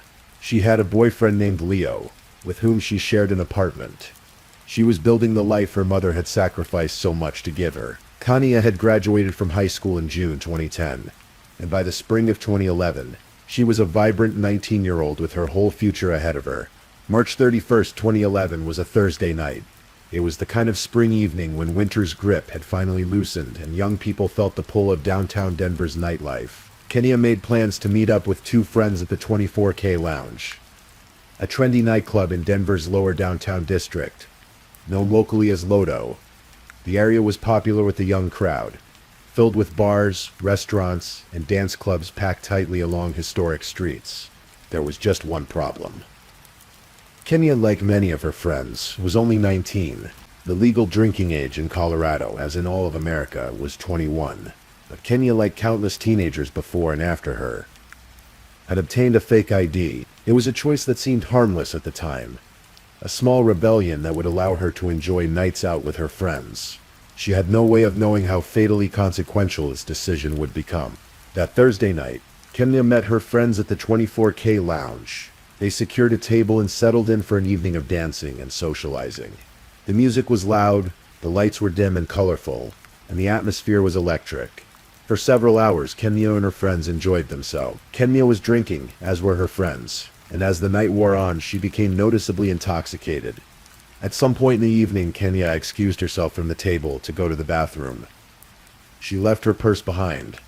She left her cell phone. She left her keys. She simply stood up and walked away from the table, and she never came back. Her friends waited, assuming she'd return any moment. Perhaps she was in line for the bathroom. Perhaps she'd stopped to chat with someone. Minutes turned to half an hour. Half an hour became an hour. Eventually, confused and concerned, but not yet alarmed, her friends gathered Kenya's belongings and left the club. They assumed she must have met someone and left with them, as young people sometimes do. They had no way of knowing they would never see their friend alive again. When Kenya failed to return home that night, her boyfriend Leo became worried. He tried calling her repeatedly, but there was no answer. By morning, he knew something was wrong. Leo contacted Kenya's sister Kim, and together they alerted Maria and Tony. The news hit the parents like a physical blow. Kenya might have been a typical teenager in many ways, but disappearing without a word was completely out of character. She always let someone know where she was. She always answered her phone. Tony and Maria immediately began searching. They called hospitals. They called the police. They retraced what they knew of Kenya's steps. When they met with Kenya's friends and retrieved her purse, phone, and keys, their fear crystallized into something colder and darker. What teenager leaves a club without their phone? Without their keys? Without their purse? Something terrible had happened to their daughter. Tony Lee was a methodical man, and in his desperation, he thought like an investigator. He began combing through Kenya's phone, looking for any clue, any breadcrumb that might lead him to his daughter. And then he found it. A text message that made his blood run cold. The message read, "Hey, this is Travis, the guy who gave you a ride last night. White, creepy van. Did you get home okay?" The casual tone, the smiley face, the reference to a creepy van, said as if it were a joke. It all felt deeply wrong. Tony showed the message to police, who immediately began investigating. They traced the number and identified the sender as a man named Travis Forbes, a 31-year-old local man who worked at a bakery making granola bars. On the surface, Forbes seemed harmless enough. He was an entrepreneur of sorts, selling gluten-free granola bars he made himself. He had a girlfriend named Carrie Humphrey. He seemed like an ordinary guy. When police contacted Forbes, he was cooperative. Too cooperative. Perhaps. He readily admitted that he'd been with Kenya that night. His story was straightforward and seemed designed to portray him as a good Samaritan. He said he'd been downtown with a male friend when they encountered Kenya outside a nightclub around 3 a.m. She was clearly intoxicated and visibly upset, stumbling along the street. Concerned for her safety, Forbes said, he and his friend offered to help her find a cab or give her a ride home. According to Forbes, they couldn't find her car at a nearby club called Club Lavish, where Kenya thought she'd parked. So Forbes offered to drive her home in his white cargo van. They dropped off Forbes' friend first, and then, Forbes claimed, Kenya asked to stop at a Conoco gas station to get cigarettes. When they arrived, Forbes said the station was closed, but there was a man outside smoking. Kenya went to ask him for a cigarette, struck up a conversation with this mystery man, and then simply walked off with him. Forbes said the man looked clean-cut and trustworthy, so he didn't think twice about leaving Kenya with him. That, Forbes insisted, was the last time he saw her. Tony Lee met with Forbes in person during those early days of the investigation. Years later, he would recall shaking Forbes' hand and feeling it tremble in his grasp. "I knew then," Tony would say, "I was shaking the hand of the last person who saw Kenya alive. But knowing it and proving it were two different things. Police were deeply suspicious of Forbes' story. When they examined his white cargo van, they were hit by the overwhelming smell of bleach. The van had brand new carpeting. Both were significant red flags. Why would someone thoroughly bleach a vehicle and replace the carpet unless they were trying to hide evidence? Additionally, police discovered that Forbes was on probation for domestic violence. His criminal history was more extensive than it first appeared. He had a record for assault, trespassing, harassment, and theft stretching back to his teenage years. But suspicion wasn't evidence. Forbes stuck to his story, and without physical proof, police couldn't arrest him. They needed something more. Days turned into weeks. Weeks turned into months. Kenya remained missing. Her family was trapped in an agonizing limbo, hoping she was alive but fearing the worst. Investigators continued building their case methodically. They obtained surveillance footage from the bakery where Forbes worked, hoping it might provide some answers. What they found was chilling. The footage showed Forbes entering the bakery owner's office the night after Kenya disappeared, and unplugging the surveillance system. But he'd been picked up on another camera that he didn't know about. This camera captured Forbes wheeling in a large cooler and placing it inside a walk-in freezer. He was also seen carrying rags and bottles of bleach. The implications were horrifying, but still, without Kenya's body, police couldn't definitively prove what had happened. Forbes' girlfriend, Carrie Humphrey, became part of the investigation as well. When questioned, she told police that Forbes had called her during the early morning hours of April 1st, asking her to provide him with an alibi. Initially, she said he'd told her he'd slept in his van that night. Later, his story changed. He said he'd been on a marijuana run, which would have been a probation violation. Strangely, Humphrey never asked Forbes why he needed her to lie for him. She simply did it. Her compliance would later cost her dearly. She would eventually plead guilty to charges, including attempting to influence a public official, perjury, and making false reports to authorities. She was sentenced to 2,000 hours of community service and up to 2 years in Denver County Jail. While police were building their case against Forbes, summer arrived in Colorado. July 4th, 2011, brought warm weather and fireworks celebrations. In Fort Collins, about 65 miles north of Denver, a 30-year-old woman named Lydia Tillman went downtown to watch the Independence Day fireworks display. Lydia was an accomplished sommelier and world traveler, known for her warmth and adventurous spirit. After the fireworks, Lydia returned home to her apartment. Sometime in the early morning hours of July 5th, a stranger entered her apartment. What happened next was an act of such savage violence that it's difficult to comprehend. The intruder sexually assaulted Lydia. He beat her with such force that her jaw was shattered. He stomped on her body. He strangled her until she lost consciousness. And then, believing she was dead or would soon die, he attempted to destroy all evidence. He poured bleach over her body and throughout her apartment, and then he set the apartment on fire. But Lydia Tillman was not dead. Against all odds, she regained consciousness as flames began spreading through her apartment. In an act of extraordinary courage and survival instinct, she dragged herself to a window and jumped from the second story of the building. By what can only be described as a miracle, an ambulance happened to be arriving at the scene just as she jumped. Paramedics immediately began treating her. When they asked if she knew who had attacked her, Lydia managed to say, no, before suffering a massive stroke. She fell into a coma that would last for more than 5 weeks. When her father, Willie Tillman, arrived at the hospital, he couldn't even recognize his own daughter. Her face was so swollen and discolored from the beating that she was unidentifiable. Only a ring she wore and a tattoo on her leg confirmed her identity. Despite the bleach, despite the fire, Lydia had managed to preserve evidence. During the assault, she had fought back, and beneath her fingernails, crime scene technicians found DNA. When that DNA was analyzed, it came back with a match: Travis Forbes. On July 10th, 2011, Fort Collins police arrested Travis Forbes. Officers found him walking near the Colorado State University campus with another woman.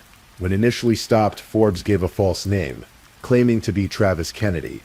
The pattern was unmistakable.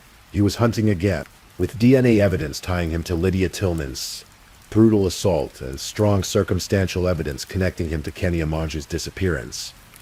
Forbes knew his time was up, but he was still calculating, still trying to control the narrative. He told police he would confess to everything, but he had conditions. He wanted assurance that prosecutors would not seek the death penalty, and he wanted to ensure he wouldn't be labeled as a sex offender in prison. The first condition was negotiable. The second was not, but the deal was struck nonetheless. Forbes agreed to tell police everything if they would spare his life. On August 23, 2011, a Denver detective visited Forbes in the Larimer County Jail. In a recorded interview, Forbes finally confessed to the murder of Kenya Mange. His confession was matter-of-fact, almost clinical, though he still tried to minimize his culpability and portray events as somehow accidental or unplanned. Forbes admitted that he and his friend had spotted Kenya outside the 24K lounge that night. She was clearly intoxicated and vulnerable. They initially tried to help her find a cab, Forbes claimed, but when that didn't work out, he offered her a ride in his van. His friend came along at first, but after Forbes dropped him off, it was just Forbes and Kenya alone in the van. And that's when Forbes said Kenya passed out. "I definitely took advantage of her being drunk," Forbes told investigators. He admitted that he raped Kenya while she was unconscious in the back of his van. "She kinda came to and she realized that we had had sex," Forbes said, using language that minimized the horror of what he'd done. Kenya wasn't confused about what had happened. She knew she'd been violated. And she started hitting me and I started hitting her back. And then she started to scream. It was the screaming that Forbes couldn't tolerate. On a city street in the early morning hours, a screaming woman would attract attention, so Forbes made a choice. "And I strangled her. I strangled her. I strangled her," he repeated to investigators. "I killed her." Forbes drove around Denver with Kenya's body in the back of his van for an entire day, trying to figure out what to do. Eventually he put her remains inside a large cooler, wheeled it into the bakery where he worked, and placed it in the walk-in freezer.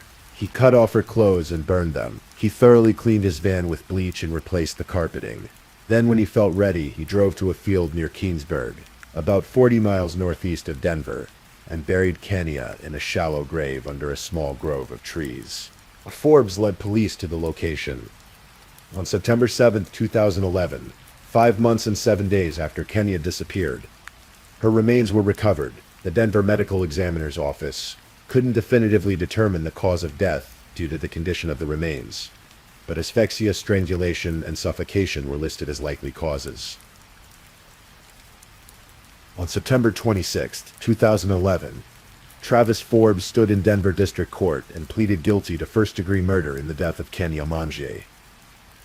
He was immediately sentenced to life in prison without the possibility of parole. In court, Forbes wept and apologized, saying, "What I did was horrible and cowardly. It was a mistake. For the people that knew me, I have to say, remember me please. Remember me as I was, not the monster I became. I'm sorry," but his words rang hollow. The remorse he claimed was contradicted by his actions, because after Forbes raped and murdered Kenya Mange, after he buried her body and scrubbed away the evidence, he'd gone out and tried to do the exact same thing to Lydia Tillman. There was no mistake. There was no accident. Travis Forbes was a predator who attacked vulnerable women, and he would have continued doing so if Lydia hadn't survived. The following day, September 27, 2011, Forbes appeared in Larimer County Court and pleaded guilty to attempted first-degree murder and sexual assault in the attack on Lydia Tillman. He was sentenced to an additional 48 years in prison, to be served consecutively with his life sentence. During that hearing, Forbes spoke directly to Lydia, saying, "I committed a very horrible crime. It was an extreme, violent, and angry act. In searching my soul as to why I committed such a horrible crime, it was completely random. It had nothing to do with Lydia. It is a godsend that she survived." Lydia Tillman, who had relearned how to speak after her stroke, submitted a written statement that was read in court. Her words were powerful. "Travis Forbes, you caused me no harm."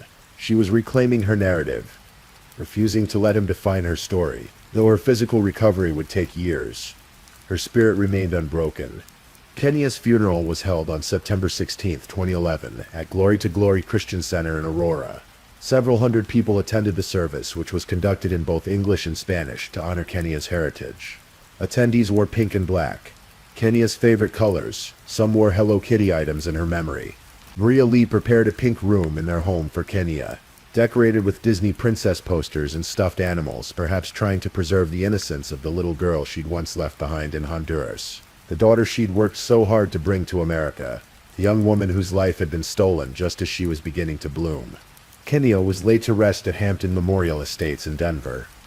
The family established the Kenya Manji Foundation to help other families dealing with missing persons cases, and to educate young women about safety and awareness.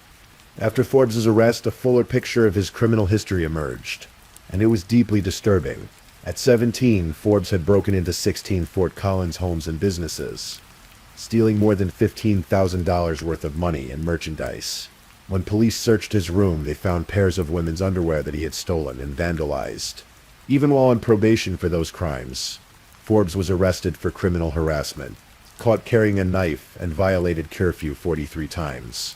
In 2004, 2 female joggers in Highlands Ranch were hit by rocks thrown by Forbes. He was arrested and charged with assault. The pattern was clear. Travis Forbes had a specific hatred and aggression toward women that manifested in progressively more violent acts. The justice system had multiple opportunities to recognize the danger he posed, but he kept slipping through the cracks. His sentences too light, his probations too lenient, until finally his violence escalated to rape and murder. On July 13, 2017, Travis Forbes was found dead in his cell at the Limon Correctional Facility in Colorado. He had taken his own life. He was 37 years old and had been serving his sentence for 6 years. Reports indicated he had been on suicide watch and was being monitored closely by prison staff. Some speculated that guilt and shame had finally overwhelmed him.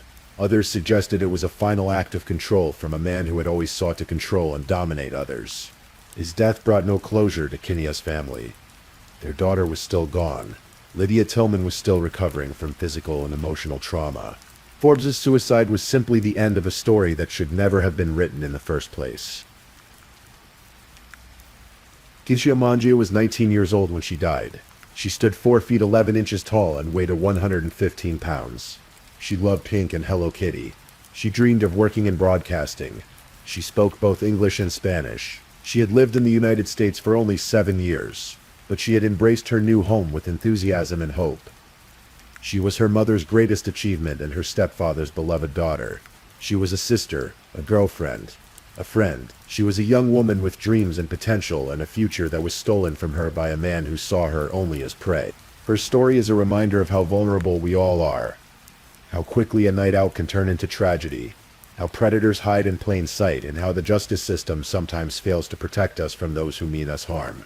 But it's also a story about a family's love, about a mother who sacrificed everything to give her daughter opportunities, about a stepfather who searched tirelessly for answers, about a community that rallied together, and about a survivor named Lydia Tillman who refused to let evil win.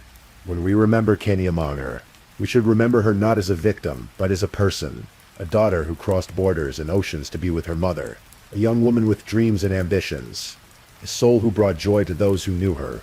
Her life mattered, her story mattered, and by telling it, we honor her memory and remind ourselves to look out for one another, to trust our instincts when something feels wrong, and to never stop fighting for justice. Rest in peace, Kenya Manji.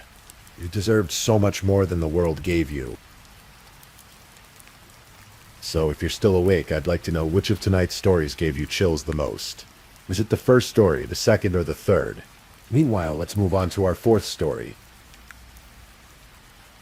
Story 4. Sometimes a single decision can change the course of a life forever. For 17-year-old Brittany Drexel, that decision was made in the spring of 2009, when she chose to defy her mother's wishes and embark on a spring break trip that would end in unimaginable tragedy. This is the story of a teenage girl who vanished into the night, and the 13-year search that finally brought answers to a grieving family.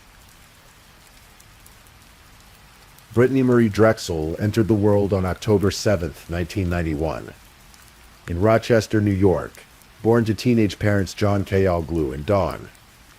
Brittany's early life was marked by change when her mother married Chad Drexel, who lovingly adopted the infant girl and gave her his name. The family eventually settled in Chile, a quiet suburb of Rochester, where Brittany would spend her formative years. From birth, Brittany faced a medical challenge that would become part of her distinctive appearance. She was born with persistent hyperplastic primary vitreous in her right eye, a condition that required multiple surgeries throughout her childhood. Despite the best efforts of doctors, the eye remained blind and had a tendency to wander.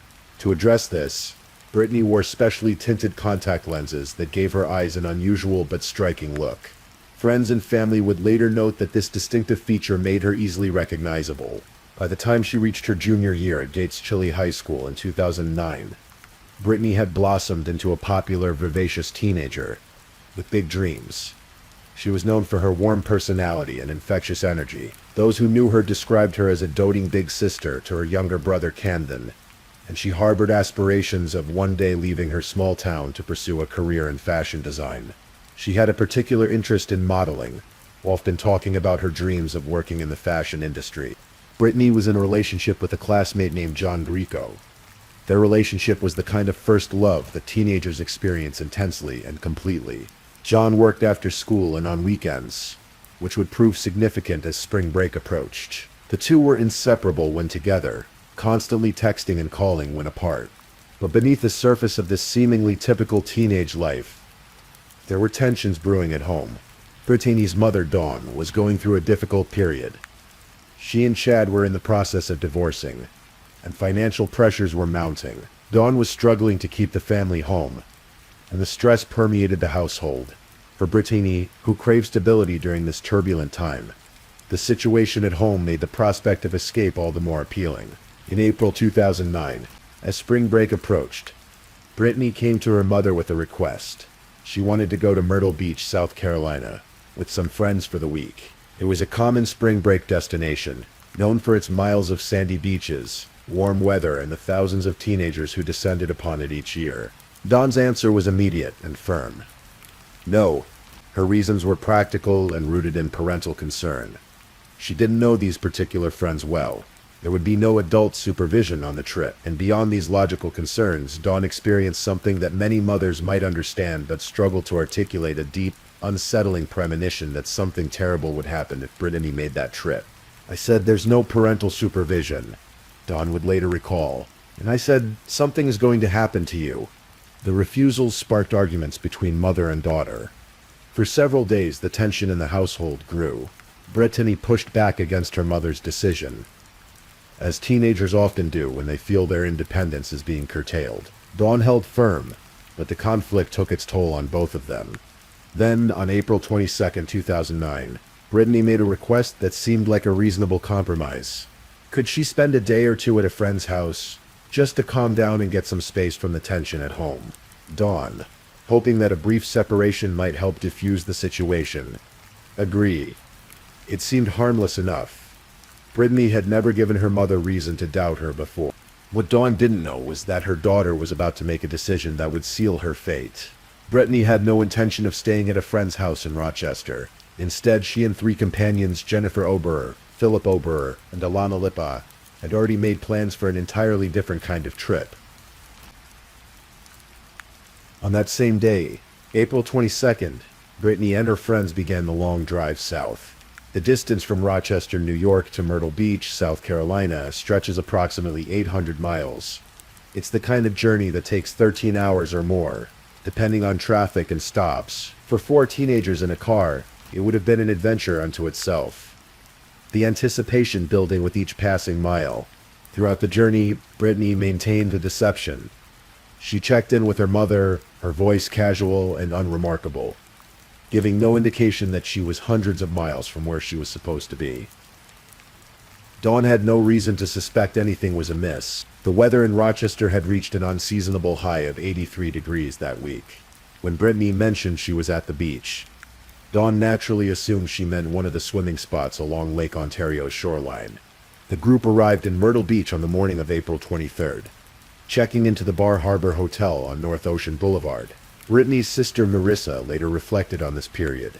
"Me and my mom thought she was here in Rochester, but in reality she wasn't. Myrtle Beach in April is transformed during spring break. The permanent population of the city swells dramatically as thousands of college students and teenagers flood in, seeking sun, freedom, and the kind of memories that define youth. The main strip, Ocean Boulevard, becomes a river of humanity. Young people walking between hotels, restaurants, and clubs, the air thick with music and the salt spray from the Atlantic. For Brittany, those first days must have felt like freedom. She was away from the tensions at home, surrounded by friends, with the beach stretching endlessly before her. John Greco, who had stayed behind in Rochester because of work commitments, kept in constant contact with her. The two exchanged text messages throughout the day and evening, maintaining their connection across the distance. But something wasn't quite right about this trip. Looking back, Dawn Drexel would come to believe that Brittany had been specifically encouraged to come to Myrtle Beach. That perhaps she had been promised something. Dawn theorized that her daughter might have been lured with the prospect of something that appealed to her dreams. Perhaps a modeling opportunity, or some other enticement that would have been irresistible to a 17-year-old with aspirations of a bigger life.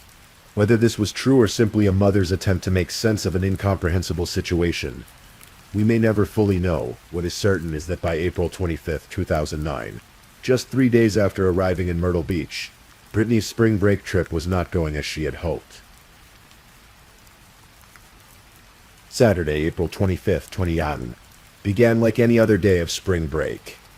The weather was pleasant, the beach was crowded, and Brittany was still in regular contact with John back in Rochester.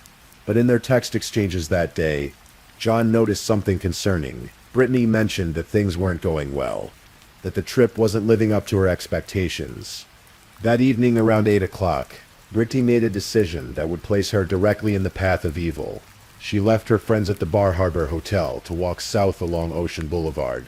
Her destination was the Blue Water Resort, about 1.5 miles away, where another friend from Rochester was staying. Peter Borozowitz was 20 years old, a nightclub promoter who knew Brittany from back home.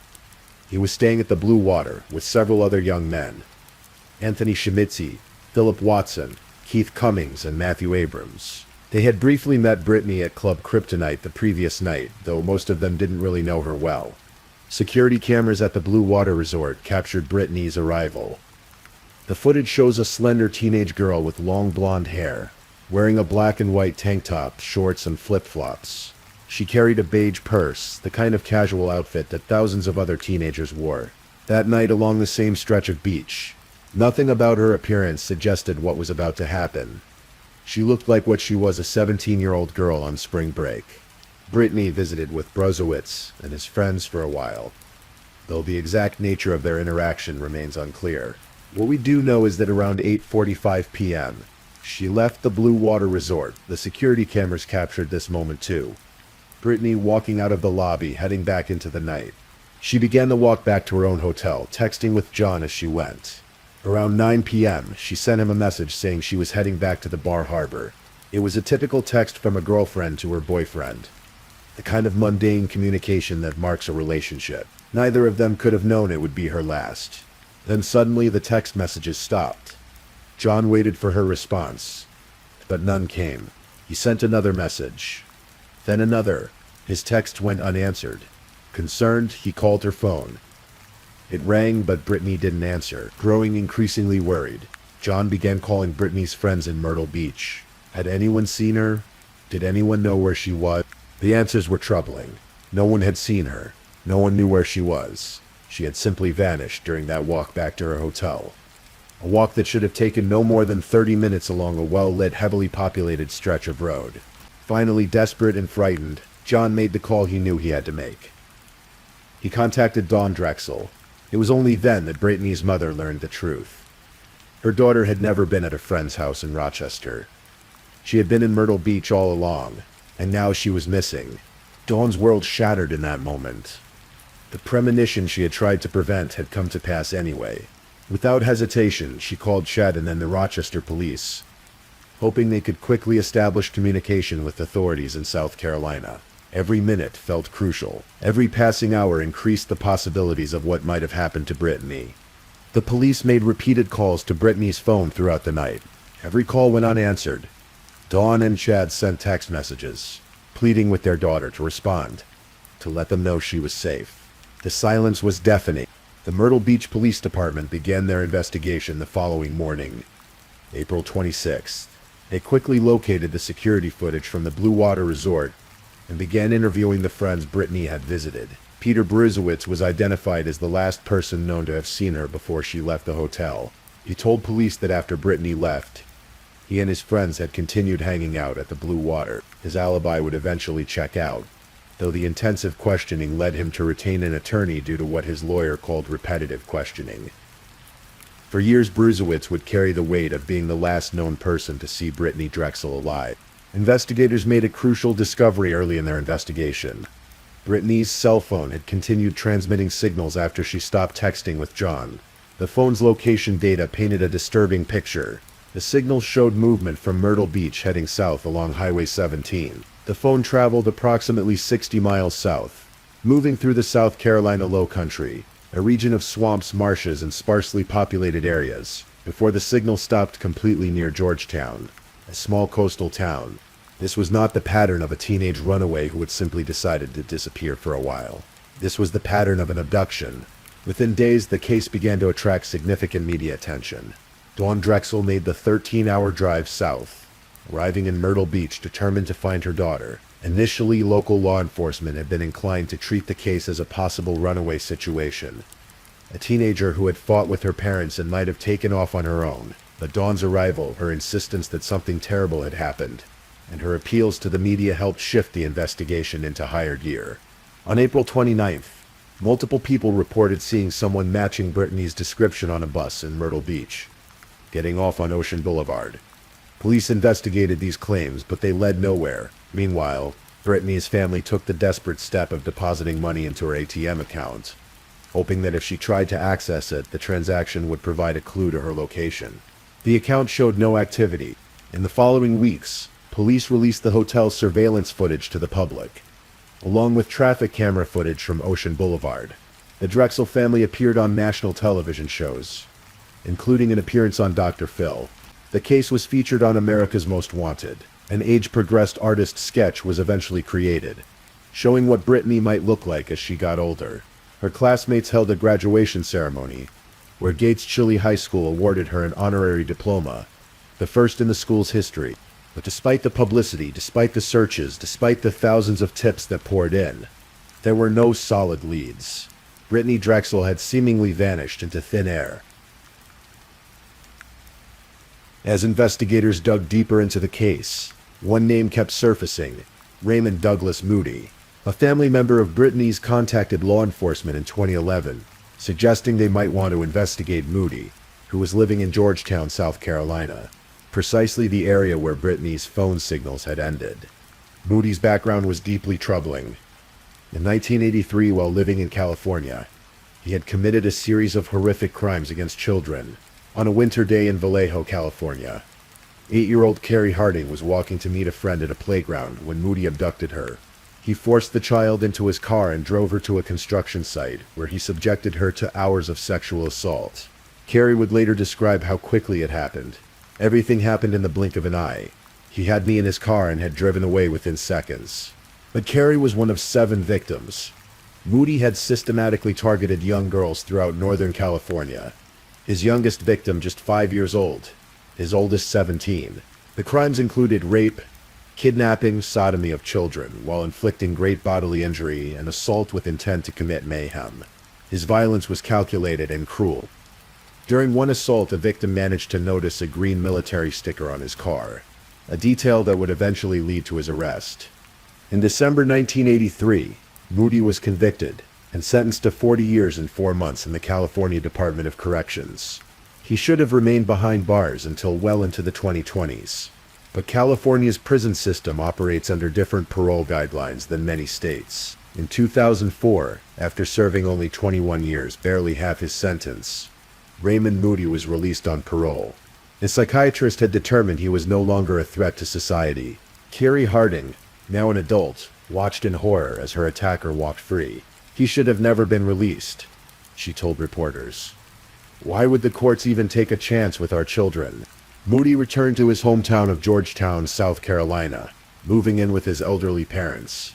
His return caused alarm among neighbors, who suddenly found themselves living near a registered sex offender less than 3 blocks from a school. In 2008, he was arrested for indecent exposure in Georgetown. In 2009, he failed to register as a sex offender as required by law. a violation for which he was eventually convicted in 2010. When investigators began looking at Moody in connection with Brittany's disappearance, they discovered an unsettling coincidence. The day after Brittany vanished, Moody had been pulled over for a traffic violation in Surfside Beach, an area close to Myrtle Beach. The traffic stop report noted something unusual. Moody had visible scratches on his face. Authorities obtained a warrant to search the Sunset Lodge in Pawleys Island, a motel where Moody and his girlfriend Angel Cooper Voss had rented an apartment in late April 2009. They also visited Moody at his cabinet shop to question him. When an investigator told Moody they were searching for Brittany Drexel, he responded cryptically, "You're smart, you'll figure it out." But the search produced no physical evidence linking him to the disappearance. And without more concrete proof, the investigation stalled. Moody's former partner, Ernest Merchant, later came forward with a disturbing recollection. A couple of days after Brittany had gone missing, Moody showed up unexpectedly at Merchant's home. "I saw that his face had claw marks all over it," Merchant recalled. But this observation, too, was not enough for an arrest without additional evidence. In 2016, 7 years after Brittany's disappearance, the FBI held a press conference that would send the investigation in an entirely different direction. They announced that they believed Brittany had been murdered shortly after her disappearance, and they revealed information from a prison informant that pointed to a different suspect. Taquan Brown, an inmate serving a 25-year sentence for manslaughter, came forward with the story.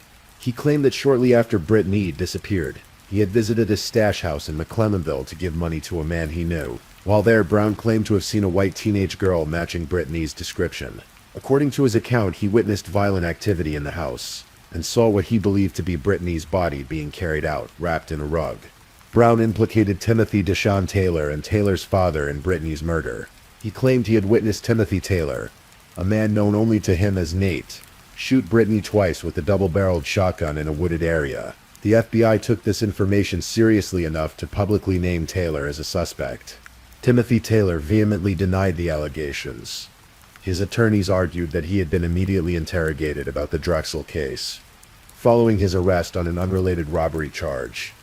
Even though he was never charged with anything related to Brittany, Taylor released a statement maintaining his innocence, claiming that the FBI had been given false information by an inmate desperate to cut a deal for his own case. For years, this lead dominated the investigation. Searches were conducted in Charleston County near McClellanville. The media reported extensively on the Taylor connection. Brittany's father, Chad Drexel, even created a petition asking a grand jury to weigh in on the eyewitness claims and potentially indict Taylor if they found the claims credible. But it was all a dead end. The informant's story, which had seemed so detailed and credible, could not be corroborated. No physical evidence linked Taylor to the crime. Years would pass with no progress, no answers, no justice. The case grew cold once again. By 2019, more than 10 years after Brittany's disappearance, a new team of FBI investigators took over the case. Rather than rely on informants or chase new theories, they decided to go back to the basics, the hard evidence that had been there from the beginning. FBI intelligence analyst Caleb Messer and Special Agent James Kavanaugh began a painstaking process of re-examining the cell phone data and surveillance footage. The technology for analyzing cell phone location data had advanced significantly since Using sophisticated new techniques, they were able to determine not just where Brittany's phone had traveled, but the speed at which it was moving. The analysis revealed something crucial. At approximately 9:15 p.m. on April 25, 2009, Brittany's phone went from moving at walking speed about 3 to 4 miles per hour to suddenly moving at 55 miles per hour. This could only mean one thing. She had gotten into or been forced into a vehicle. The investigators then turned their attention back to the surveillance footage from Ocean Boulevard, specifically focusing on the time period when Brittany would have been making her walk from the Blue Water Resort back to the Bar Harbor Hotel. They were looking for a vehicle that appeared in the footage during that specific time frame, and that could have been heading south toward Georgetown. Eventually, one vehicle stood out, a 1998 Ford Explorer. The investigators worked to identify who had access to that vehicle in April 2009. The trail led them to a woman named Angel Cooper Voss, Raymond Moody's longtime girlfriend. Then investigators caught a break they hadn't expected. They obtained a police recording from a separate matter, in which Voss had been captured on tape talking with a friend. On that recording, Voss had said something shocking. She claimed to be responsible for Brittany Drexel's death. When authorities interviewed Voss about this statement, she attempted to walk it back. She claimed she had been drinking when the recording was made, and that her friend kept asking about Moody's involvement in the case. According to Voss, she had falsely claimed responsibility just to take attention away from Moody, to make people leave him alone. She insisted she had just wanted to protect him. During this interview, Voss told investigators that she still had the cell phone she had been using in April 2009 and offered to locate it for them. But after leaving the interview, she never followed through on this promise. The phone was never produced. The pieces were coming together, but investigators needed more. They needed Moody himself. On May 4, 2022, more than 13 years after Brittany vanished, FBI agents and local law enforcement approached Raymond Moody. They informed him that both he and Voss were the subjects of the investigation into Brittany Drexel's disappearance and murder. They asked if he would be willing to sit down for an interview. Moody agreed. Perhaps he sensed that the walls were finally closing in.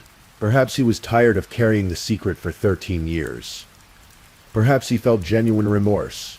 Whatever his motivation, on May 5, 2022, Raymond Douglas Moody confessed to murdering Brittany Drexel.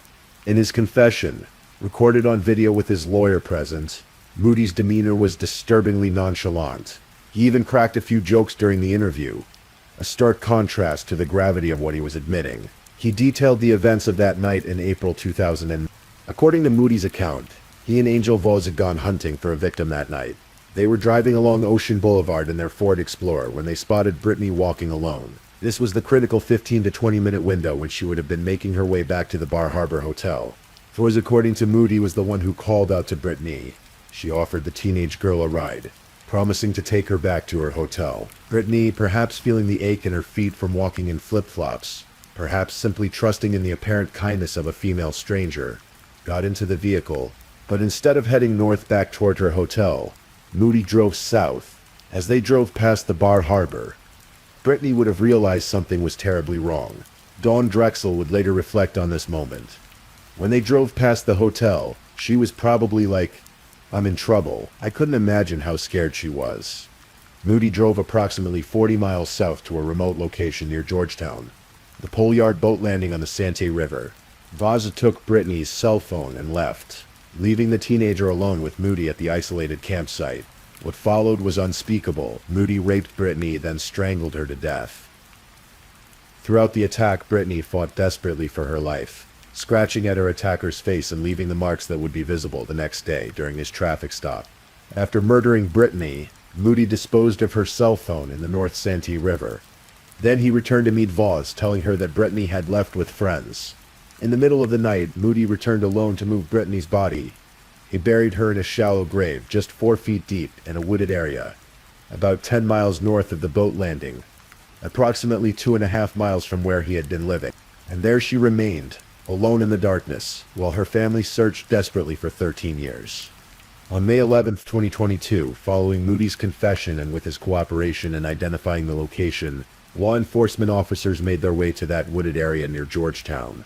They found what remained of Brittany Drexel. Her identity was confirmed through dental records and DNA analysis.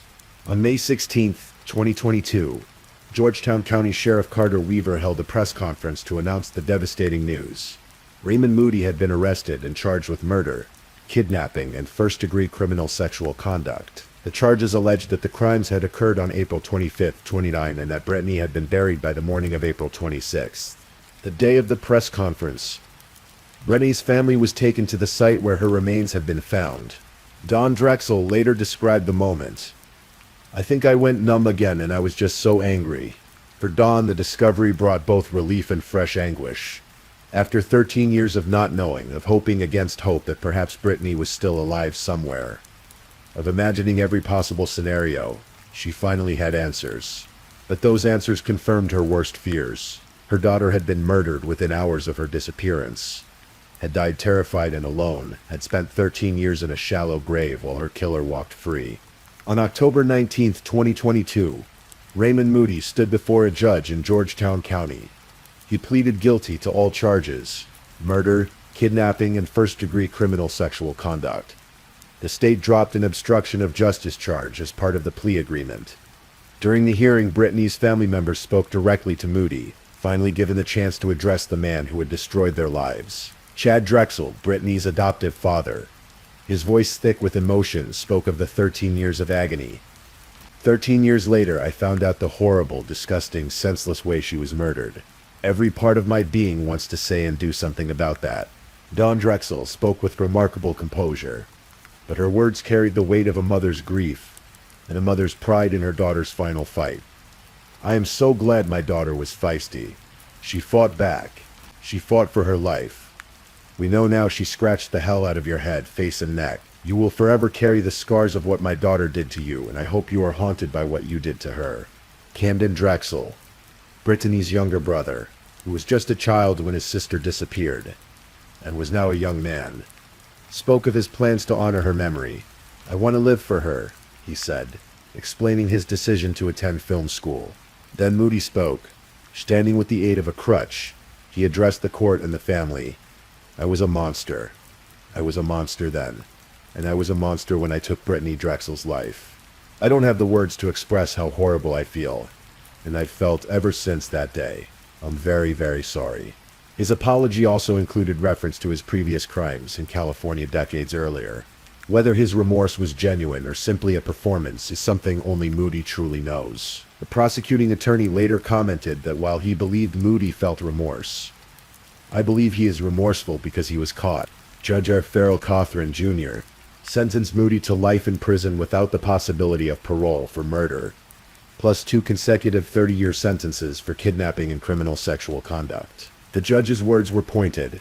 I can't tell you how many times I've seen people give up their long-term happiness for immediate pleasure. You gave up a lot of people's long-term happiness for your immediate pleasure. Raymond Douglas Moody, now in his 60s, will spend the rest of his life in the Kirkland Correctional Institution in Columbia, South Carolina. He will never again see the outside of a prison. The case was not yet fully closed. Angel Cooper Voss, who had been with Moody that night and had helped lure Brittany into their vehicle, initially avoided charges. But in March 2024, federal authorities arrested Voss on 3 counts of lying to the FBI about her involvement in Brittany's murder. The government's case against Voss was strong. She had lied about multiple key facts.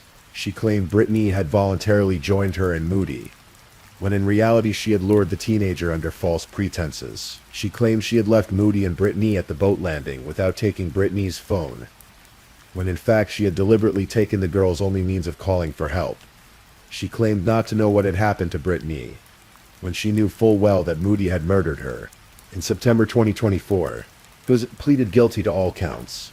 The defense attempted to portray her as another victim of Moody's manipulation, claiming that even from a prison cell, Ray still held sway over Angel. They argued that Moody had manipulated her into backing out of an initial plea agreement and was now conducting a personal vendetta against her from prison, making allegations to worsen her sentence.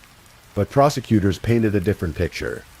They argued that Vachi had been a willing participant in luring Brittany to her death, that she had deliberately taken the teenager's cell phone, her only chance of survival, and that she had concealed the truth for more than 13 years. Allowing Moody to remain free and potentially harm others. On February 13, 2025, U.S. District Judge Richard Gergel sentenced 57-year-old Angel Voss to 18 years in federal prison, to be followed by 3 years of supervised release. Assistant U.S. Attorney Winston Holliday spoke to reporters after the sentencing. One would be, obviously, the family. As you could probably tell, a lot of pain, a lot of emotion with the family, but that has motivated them to stay with the case from 2009. And then also the persistence and perseverance of the FBI. This is one of the most extraordinary efforts I've ever seen from the FBI. Ray Moody would not be in prison if not for the FBI. He noted with satisfaction that Voss, who was 57 at sentencing, would be 75 by the time she completed her sentence. You know, she's a 57-year-old woman.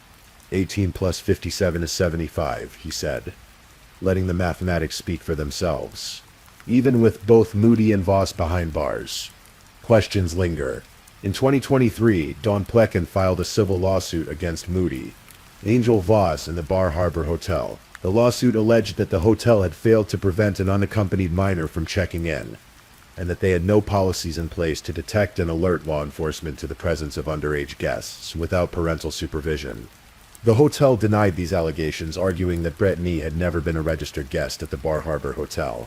They claimed she may have been friends with Jennifer Ober, who was a registered guest. The legal battle over who bore responsibility for allowing a 17-year-old to stay at the hotel without adult supervision continued to wind through the courts. In February 2025, a Georgetown County jury found in favor of Brittany's family in the civil case against Moody. They awarded Dawn Plecken and her family $200 million in actual damages and $500 million in punitive damages, a total of $700 million. While Moody, imprisoned for life, has no means to pay such a judgment, the verdict served as a powerful symbolic statement about the magnitude of the harm he caused. The case has also led investigators to wonder about other possible victims. Moody was free in Georgetown from 2004 until his arrest in 2022. During that period, other young women went missing or were found dead in the region. In 2005, 28-year-old Crystal Souls disappeared. Authorities have looked into possible connections to Moody, though no charges have been filed in that case. The reality is sobering. Raymond Moody, a convicted child rapist who should have been in prison until well into the 2020s, was released early and given the opportunity to harm again. And he did. How many other shallow graves might exist? How many other families might be missing answers? These are questions that haunt investigators and victim advocates. Dawn Drexel has transformed her grief into action. She created Brittany's Law, advocating for stricter regulations on hotels that allow minors to check in without parental supervision. She has become a voice for other families of missing persons, using her painful experience to try to prevent similar tragedies. In interviews, Dawn has spoken about the guilt she carries, the weight of having said yes when Brittany asked to stay at a friend's house, the what-ifs that plague every parent who has lost a child. But she has also spoken about the strength she found in Brittany's memory, in knowing that her daughter fought back, that she didn't go quietly into the darkness. She was feisty, Dawn said, with a mother's pride mixed with sorrow. She fought for her life. Today, Brittany's grave is marked with a proper headstone in Rochester, New York, far from the shallow grave where she spent 13 years. Her family visits regularly, bringing flowers and memories. Her younger brother Camden has grown into adulthood, carrying his sister's memory with him as he pursues his dreams in film school. Dreams not unlike the fashion aspirations Brittany once held. The case serves as a stark reminder of how quickly life can change, how a single decision made by a teenager seeking independence can lead to irreversible consequences. It's a reminder of the predators who walk among us, sometimes freed by a system that fails to adequately protect the vulnerable. And it's a testament to the persistence of law enforcement who refuse to give up, even when the case seemed hopelessly cold. Brittany Drexel was 17 years old when her life was stolen from her on that April night in 2009. She never got to graduate from high school in person, never pursued her dreams of fashion design, never experienced the milestones of adulthood. She was buried in an unmarked grave for 13 years while her killer lived freely just miles away. But her story didn't end in that shallow grave. Through her family's determination, through the tireless work of investigators, through the power of advancing technology, and old-fashioned detective work, Brittany was finally brought home. Justice, though delayed, finally arrived. As you drift off to sleep tonight, remember Brittany Marie Drexel, not as a victim, but as a fighter. Remember her as a teenage girl with dreams, with a family who loved her, with a whole life ahead of her that should never have been taken. Remember that even in the darkest cases, even after 13 years, the truth can still emerge from the shadows. And remember that somewhere tonight, there are other families waiting for answers. Other cases that seem unsolvable. Other stories that haven't yet found their ending. The search for justice never truly ends. Please, if you're still awake, let's move on to our last story. Story 5. In the heart of northeastern Arkansas, where endless rice fields stretch toward distant horizons and the White River winds through ancient bottomlands, there exists a landscape that time seems to have forgotten. Jackson County is farming country, quiet, unassuming, where everyone knows everyone, and where family names carry the weight of generations. The towns here are small dots on the map. Newport, the county seat; Grubbs, a farming community of barely 400 souls. Tuckerman, where high school graduating classes rarely exceed 50 students. It's the kind of place where people leave their doors unlocked, where a wave from a passing truck is as natural as breathing, where the most exciting event might be Friday night football or the annual Depot Days festival celebrating the town's railroad heritage. The land is flat and fertile, cleared from forest and swamp by early settlers, transformed into some of the most productive agricultural acreage in the South. Rice and soybeans dominate the landscape now, their neat rows extending as far as the eye can see. In this close-knit world, Sydney Claire Sutherland had built a life full of promise and purpose.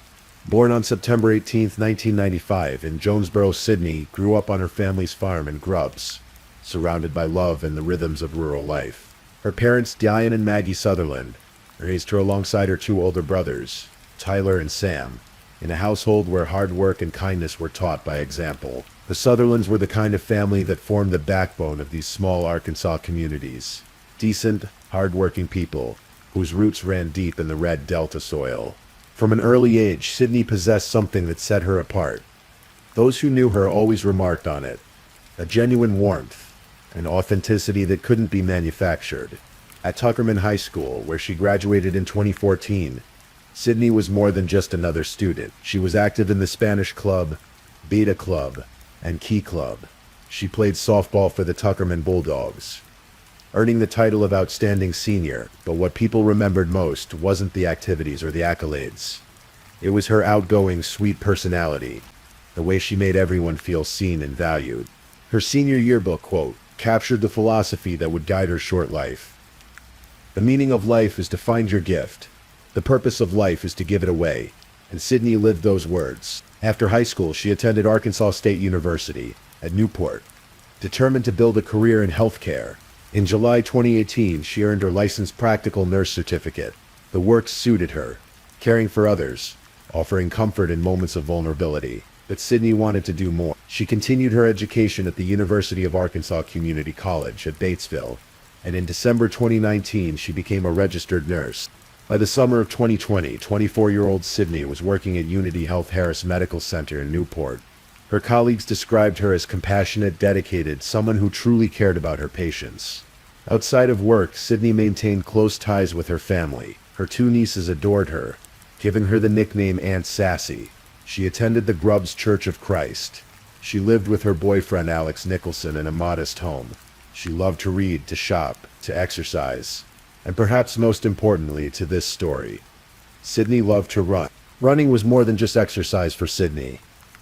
In the flat farmland of Jackson County, where the roads stretched straight and empty for miles, running offered solace, time to think, a way to decompress after long shifts at the hospital. She had irregular routes, loops that took her along county roads 41, 42, and 43, and Highway 18 between Newport and Grubbs. It was familiar territory, safe or so it seemed. Wednesday, August 19, 2020 began like countless other days in rural Arkansas. The summer heat bore down on the flat landscape, but for those who lived there, it was nothing unusual. Sydney finished up whatever tasks occupied her early afternoon. Around 1 p.m., she was photographed at a family member's home, smiling, vibrant, alive. Shortly after, she prepared for her run. She changed into her workout clothes, tied her running shoes, grabbed her phone and her sunglasses. The route she chose that day was one she'd traveled many times before, out along Highway 18, the two-lane road that connected Newport and Grubbs. It wasn't a busy highway by any stretch. Cars might pass every few minutes, maybe less. Mostly it was farmland, rice fields on either side, the occasional house or barn breaking the monotony of crops and sky. Sydney left her home sometime between 2 and 2:30 that afternoon. It was a normal run, a routine part of her life. A UPS driver, making his rounds in the area, spotted her near County Road 41 around that time. She was jogging westward. Alone, a small figure moving along the shoulder of the rural highway. The driver thought nothing of it. In communities like this, joggers and walkers were a common sight. But Sydney Sutherland never made it home that day. When Sydney didn't return by early evening, alarm bells began ringing immediately. This wasn't like her. She was responsible, reliable, always kept in touch with her family, her boyfriend, her parents. They all knew something was wrong. By 7 p.m., roughly 4 to 5 hours after she'd left for her run, Sydney's mother Maggie contacted the Jackson County Sheriff's Office to report her daughter missing. The response was swift. Sheriff David Lucas, who knew the Sutherland family personally, who had watched Sydney grow up in this tight-knit community, mobilized every available resource. By that evening, search teams were assembling. Family members, friends, neighbors. People dropped everything to help look for Sydney. The Jackson County Sheriff's Office coordinated with the Arkansas Department of Corrections, Arkansas State Police, U.S. Marshals, the FBI, and police departments from surrounding towns. By nightfall, more than 100 people were combing the area where Sydney had last been seen. They searched through the night using flashlights and headlamps, calling Sydney's name into the darkness. At 2 a.m., exhausted and with no leads, they paused to rest. But at 7:30 Thursday morning, the search resumed with renewed intensity. By then, word had spread throughout the region. People who didn't even know Sydney personally showed up to help. By some accounts, more than 170 volunteers joined the search on Thursday. They walked the roads, checked ditches, searched fields and barns. Helicopters from Arkansas State Police flew overhead, scanning the landscape for any sign of the missing woman. Search dogs from the Arkansas Department of Corrections tracked through the area, but hour after hour passed with no trace of Sydney. Then Thursday evening came the first break, though it offered no comfort. Searchers found Sydney's iPhone in a field approximately a quarter-mile from her home, just off Highway 67. The phone's location suggested she had made it a certain distance along her route before something happened. Nearby in a barn a few hundred yards from where the phone was discovered, investigators found a pair of broken sunglasses that belonged to Sydney. The discoveries were ominous. Why would Sydney's phone and glasses be separated from her like this? The implications sent chills through the search teams.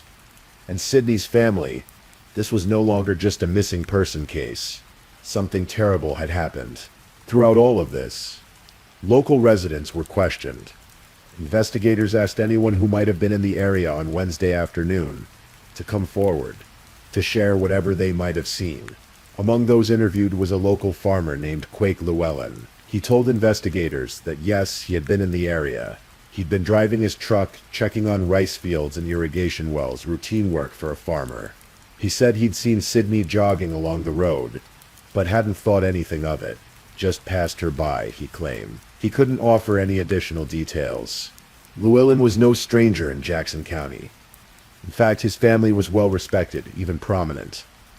The Llewellyns operated a large farming operation, Favin-Certain 800 acres across 4 counties: Jackson, Independence, Poinsett, and Craighead. In 2016, 3 generations of Llewellyn's grandfather Donald, father Michael, and son Quake had been named Jackson County's Farm Family of the Year. It was an honor that recognized not just their agricultural success, but their standing in the community. Quake Llewellyn was 28 years old in the summer of 2020. He'd grown up in Jackson County, raised by his mother and stepfather, who had adopted him during his high school years. The Llewellyns had provided a stable, supportive home. Quake attended Tuckerman High School, the same small school Sydney had graduated from, though they were in different classes, separated by a few years. In a school with graduating classes of fewer than 50 students, their paths had certainly crossed. At 23, Quake had moved into his first home. At 25, he married a local woman named Gracie, who brought 3 children from a previous relationship into the marriage. By 2020, hoping to save money to build their own house, Quake had moved his family back onto his parents' property. He worked a family farm, and he'd also rented 500 acres of his own, where he grew rice and beans. By all outward appearances, he was living the life expected of him, carrying on the family tradition, building a future respected in the community. But beneath that respectable exterior, something dark was lurking. Friday, August 21, 2020, dawned with Sydney Sutherland still missing. 48 hours had passed since anyone had seen her alive. The search continued, but hope was fading. Sheriff David Lucas held press conferences, his face drawn with exhaustion and worry. This was personal for him. He knew both the Sutherland and Llewellyn families. In a county of fewer than 17,000 people, especially in the rural townships, the degrees of separation between families were minimal. While search teams continued their work in the fields, investigators were following up on leads, re-interviewing witnesses, looking for anything they might have missed. They focused particularly on tracking cell phone data, trying to piece together Sydney's movements that Wednesday afternoon, and the movements of anyone who might have crossed her path. Advanced technology provided crucial information. Investigators discovered that Sydney's iPhone had been equipped with location tracking. They could see where it had been on the afternoon of August 19, up until the point when it was either turned off or the battery died. But more importantly, they began looking at the cell phones of people who had been in the area. Quake Llewellyn had voluntarily allowed investigators to search his phone. He seemed cooperative, even joining the search efforts on Thursday morning, standing alongside neighbors and volunteers as they looked for Sydney. But something had struck Maggie Sutherland as odd when she encountered Llewellyn during the search. She later told investigators that his behavior seemed off, though she couldn't quite articulate why. A mother's instinct, perhaps, sensing something wrong. When investigators examined Llewellyn's phone more closely, they made a startling discovery. He had a geolocation app called Life 360 installed, a family tracking app that many people use to keep tabs on their children's or spouse's whereabouts. The app kept detailed records of movement, and according to those records, on Wednesday afternoon, August 19, Quake Llewellyn's phone had been within 3 yards, just 9 feet of where Sydney Sutherland's phone had stopped transmitting. That wasn't all. The app showed Llewellyn's movements throughout that afternoon and evening. After the incident near where Sydney's phone went dead, his phone traveled approximately 2.36 miles away to a different location. Or Ricefield. His phone had remained there for a period of time before returning to his home. The circumstantial evidence was mounting, but investigators needed more. They obtained search warrants for additional data from AT&T, Facebook, and Life 360. Meanwhile, they asked to search Llewellyn's 2019 GMC Sierra pickup truck. Both Quake and his father gave permission. Inside the truck, investigators found what appeared to be blood in the cracks of the tailgate and on the tailgate itself. It wasn't a large amount. Someone had made attempts to clean it, but blood is difficult to completely remove. Even small traces can be detected. Investigators also requested surveillance footage from Llewellyn's mother's home, where the family had been living. The family cooperated fully. In fact, it was Llewellyn's mother who voluntarily contacted detectives to provide the footage. When Llewellyn's wife Gracie reviewed the footage with investigators, she pointed out something significant. A dent on Quake's truck that appeared in footage from August 19. A dent that had not been there that morning. In the surveillance video, Quake could be seen wearing a particular style of shoes. Sanuk-style shoes. When investigators examined footprints found at the scene where Sydney's phone and sunglasses were discovered, those prints matched the tread pattern of the shoes Llewellyn was wearing in the video. During a search of his mother's home, investigators recovered those exact shoes. The evidence was overwhelming. On Friday evening, as searchers continued combing the fields for any sign of Sydney Sutherland, investigators brought Quake Llewellyn in for questioning. And there, in the interview room, the facade crumbled. Llewellyn confessed. The details of what happened on that Wednesday afternoon were almost incomprehensible in their brutality and senselessness. Quake Llewellyn told investigators that he'd been driving his truck, checking on rice fields and irrigation wells. Routine work. He saw Sydney jogging along County Road 40. He knew who she was. They'd gone to the same high school, lived in the same small community. They'd been friends on Facebook, though he'd recently unfriended her for reasons he never adequately explained. According to his confession, Llewellyn claimed the collision with Sydney was accidental. He told a court-appointed psychologist who later evaluated him that he'd been driving and a cloud of dust had obscured his vision. It was all just a blur, he said. Before he knew it, he'd hit her with his truck. But even if one accepted that the initial impact was accidental, though investigators had their doubts, what happened next was undeniably intentional and evil. Llewellyn said that when he got out of his truck, he believed Sydney was dead. He panicked, he claimed, afraid he'd be in trouble for running her over. So rather than call for help, rather than try to save her if she could be saved, he made a choice. He loaded Sydney's body, or what he believed was her body, onto the tailgate of his truck. He drove approximately 3 miles to a remote rice field. And there in that isolated location, with Sydney either unconscious or severely injured, Quake Llewellyn raped her. Afterward, whether Sydney was alive or dead at that point remains unclear. He buried her body in a shallow grave in the rice field. Then, in an act of almost sociopathic compartmentalization, Llewellyn went about the rest of his day. He continued his farm work. Between 5 and 6 p.m., he went home. He had dinner with his wife and her 3 children. He went to bed. He told investigators he just tried to forget about it. The next morning, Thursday, August 20, Llewellyn woke up and, as he put it, pretended it was any other day. He went to work. And then, in an act that chilled investigators to their core, he joined a search party looking for Sydney Sutherland. He stood alongside her grieving family and friends, helping to search for a woman he knew was buried in a rice field 3 miles away. With Llewellyn's confession providing the location, investigators immediately traveled to the rice field he described. There on Friday evening, August 20, 48 hours after Sydney had vanished, they found her body buried in a makeshift grave. The Arkansas State Medical Examiner would later determine that Sydney Sutherland died from multiple blunt force injuries. Whether she died from the impact of the truck, from the assault that followed, or from being buried alive, the full truth may never be known. The arrest of Quake Lewin sent shockwaves through Jackson County. For Sydney's family, the confirmation that she was dead brought the grief they'd been trying to hold at bay crashing down in full force. But mixed with that grief was rage, confusion, a desperate need to understand why. Sheriff David Lucas, conducting press conferences, visibly struggled with the emotional toll. It's taken a toll. It really has, he said. Just because I know the people of this county. I know this family personally. I know this young lady personally. I've known her and watched her grow up. Prosecuting attorney Henry Boyce echoed that sentiment.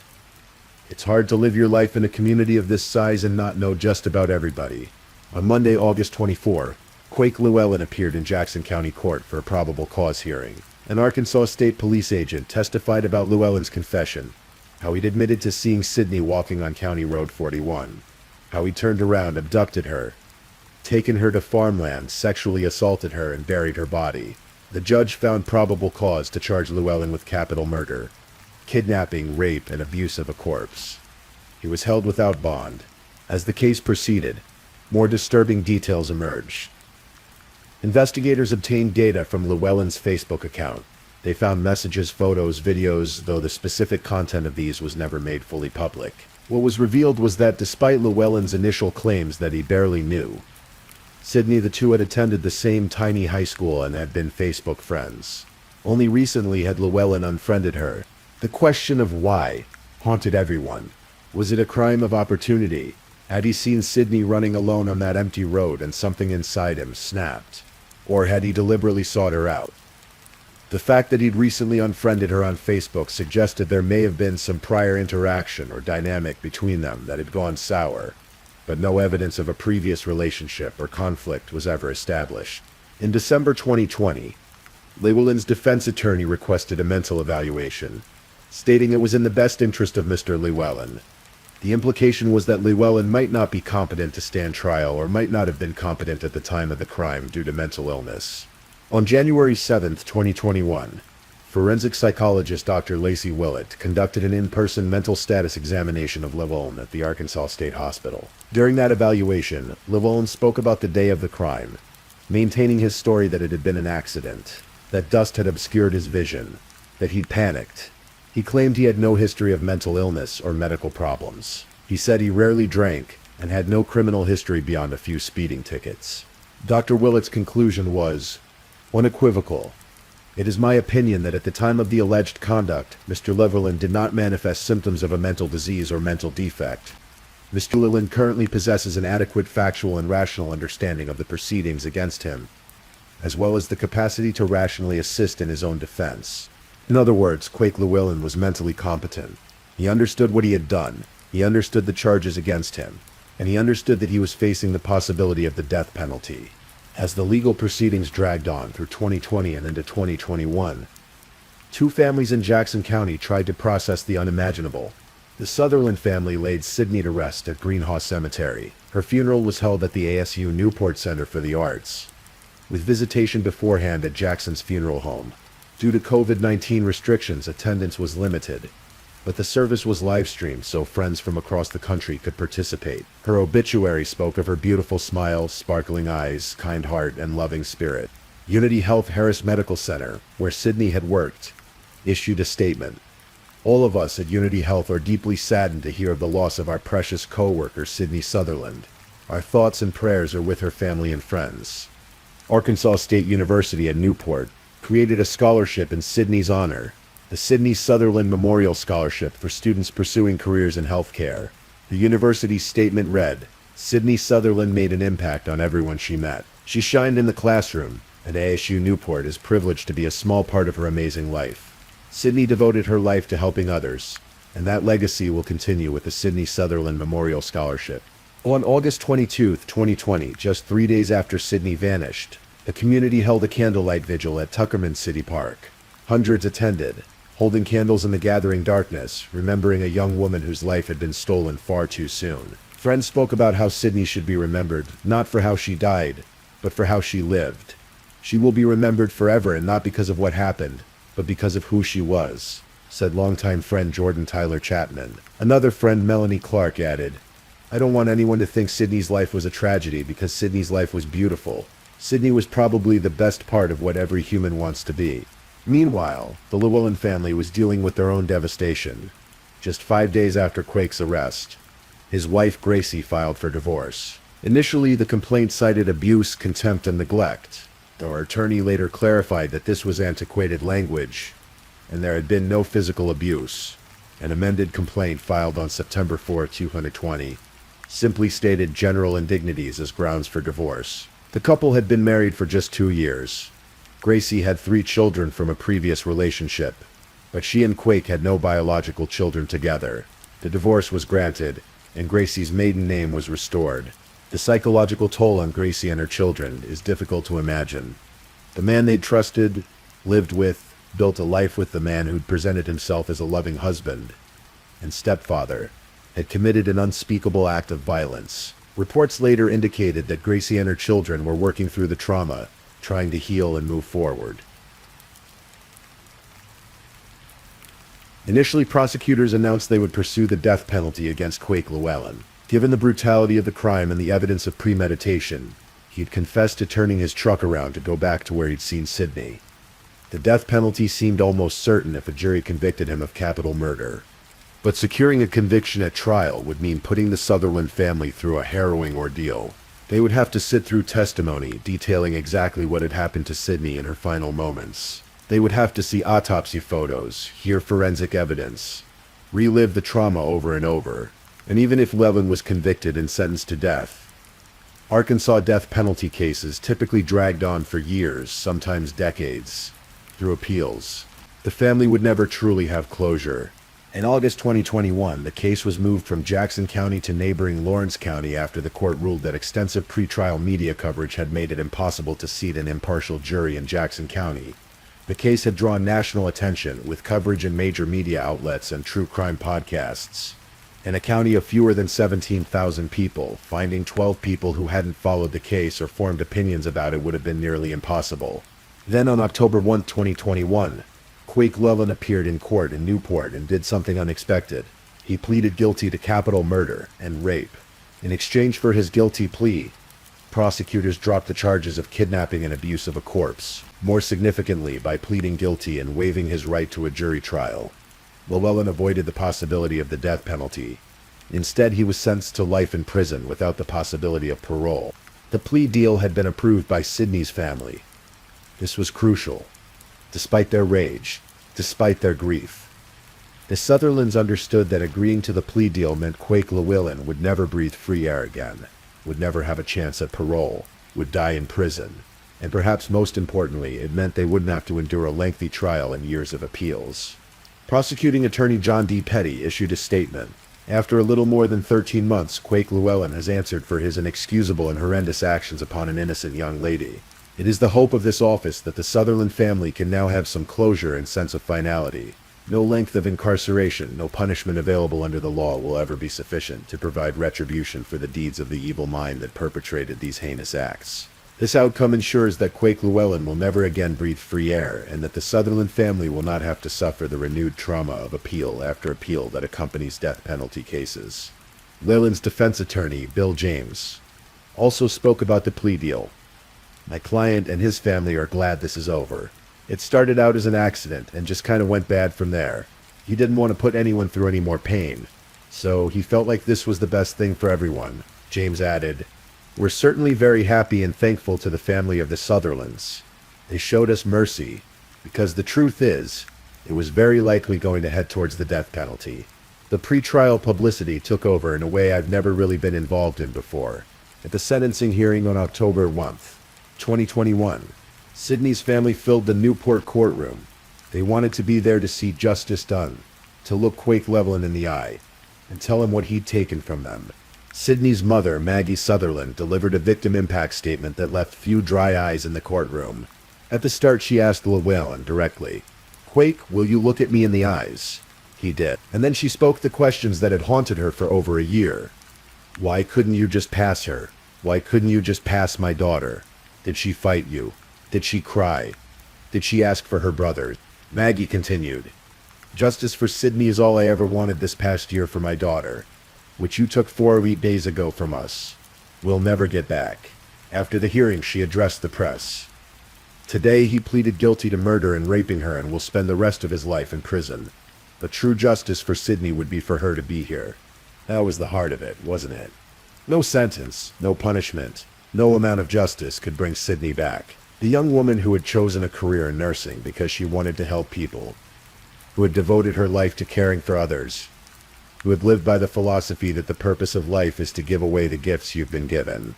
She was gone. All the potential, all the good she might have done in the world, all the lives she might have touched, stolen in an act of senseless violence on a lonely stretch of rural highway. Quake Llewellyn is currently serving his life sentence at an Arkansas Department of Corrections facility. He will never be eligible for parole. Barring a successful appeal, which seems unlikely given his guilty plea, he will die in prison. He's now in his early 30s. If he lives to average male life expectancy, he'll spend roughly another 45 to 50 years behind bars, waking every day to the reality of what he did, the lives he destroyed. In the years since Sydney's murder, her memory has been kept alive in her community.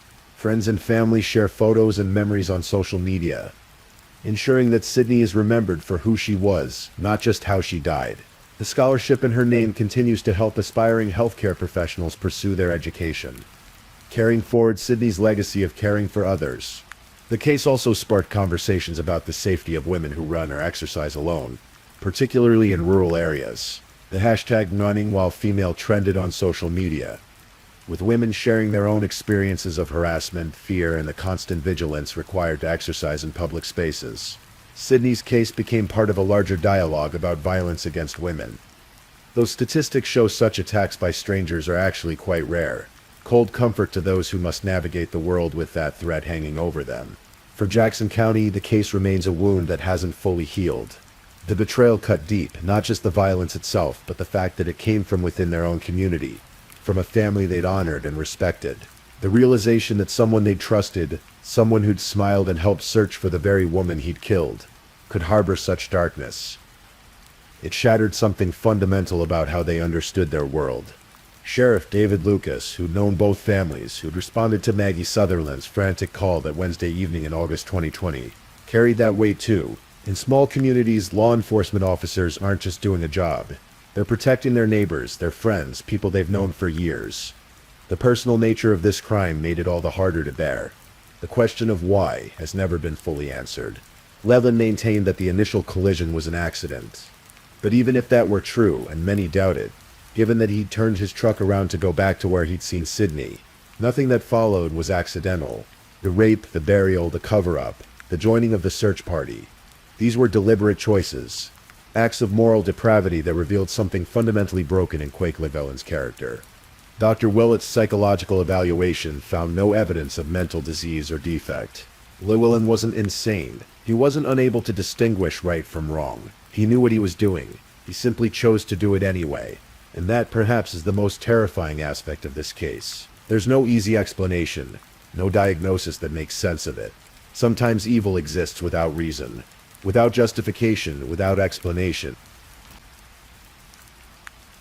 On a warm evening in late summer, when the sun hangs low over the rice fields of Jackson County, casting everything in golden light, you can almost imagine Sydney Sutherland jogging along those quiet roads, a young woman with her whole life ahead of her, her feet rhythmically striking the pavement, her breath steady, her mind perhaps wandering to her plans for the evening, or thinking about patients at the hospital, or simply enjoying the peace of the moment. Those roads are still there. The rice fields still stretch to the horizon. The small communities of Newport Grubbs and Tuckerman continue their quiet existence, bound together by family ties and shared history. But something has changed. An innocence has been lost. The doors that once remained unlocked might now have deadbolts.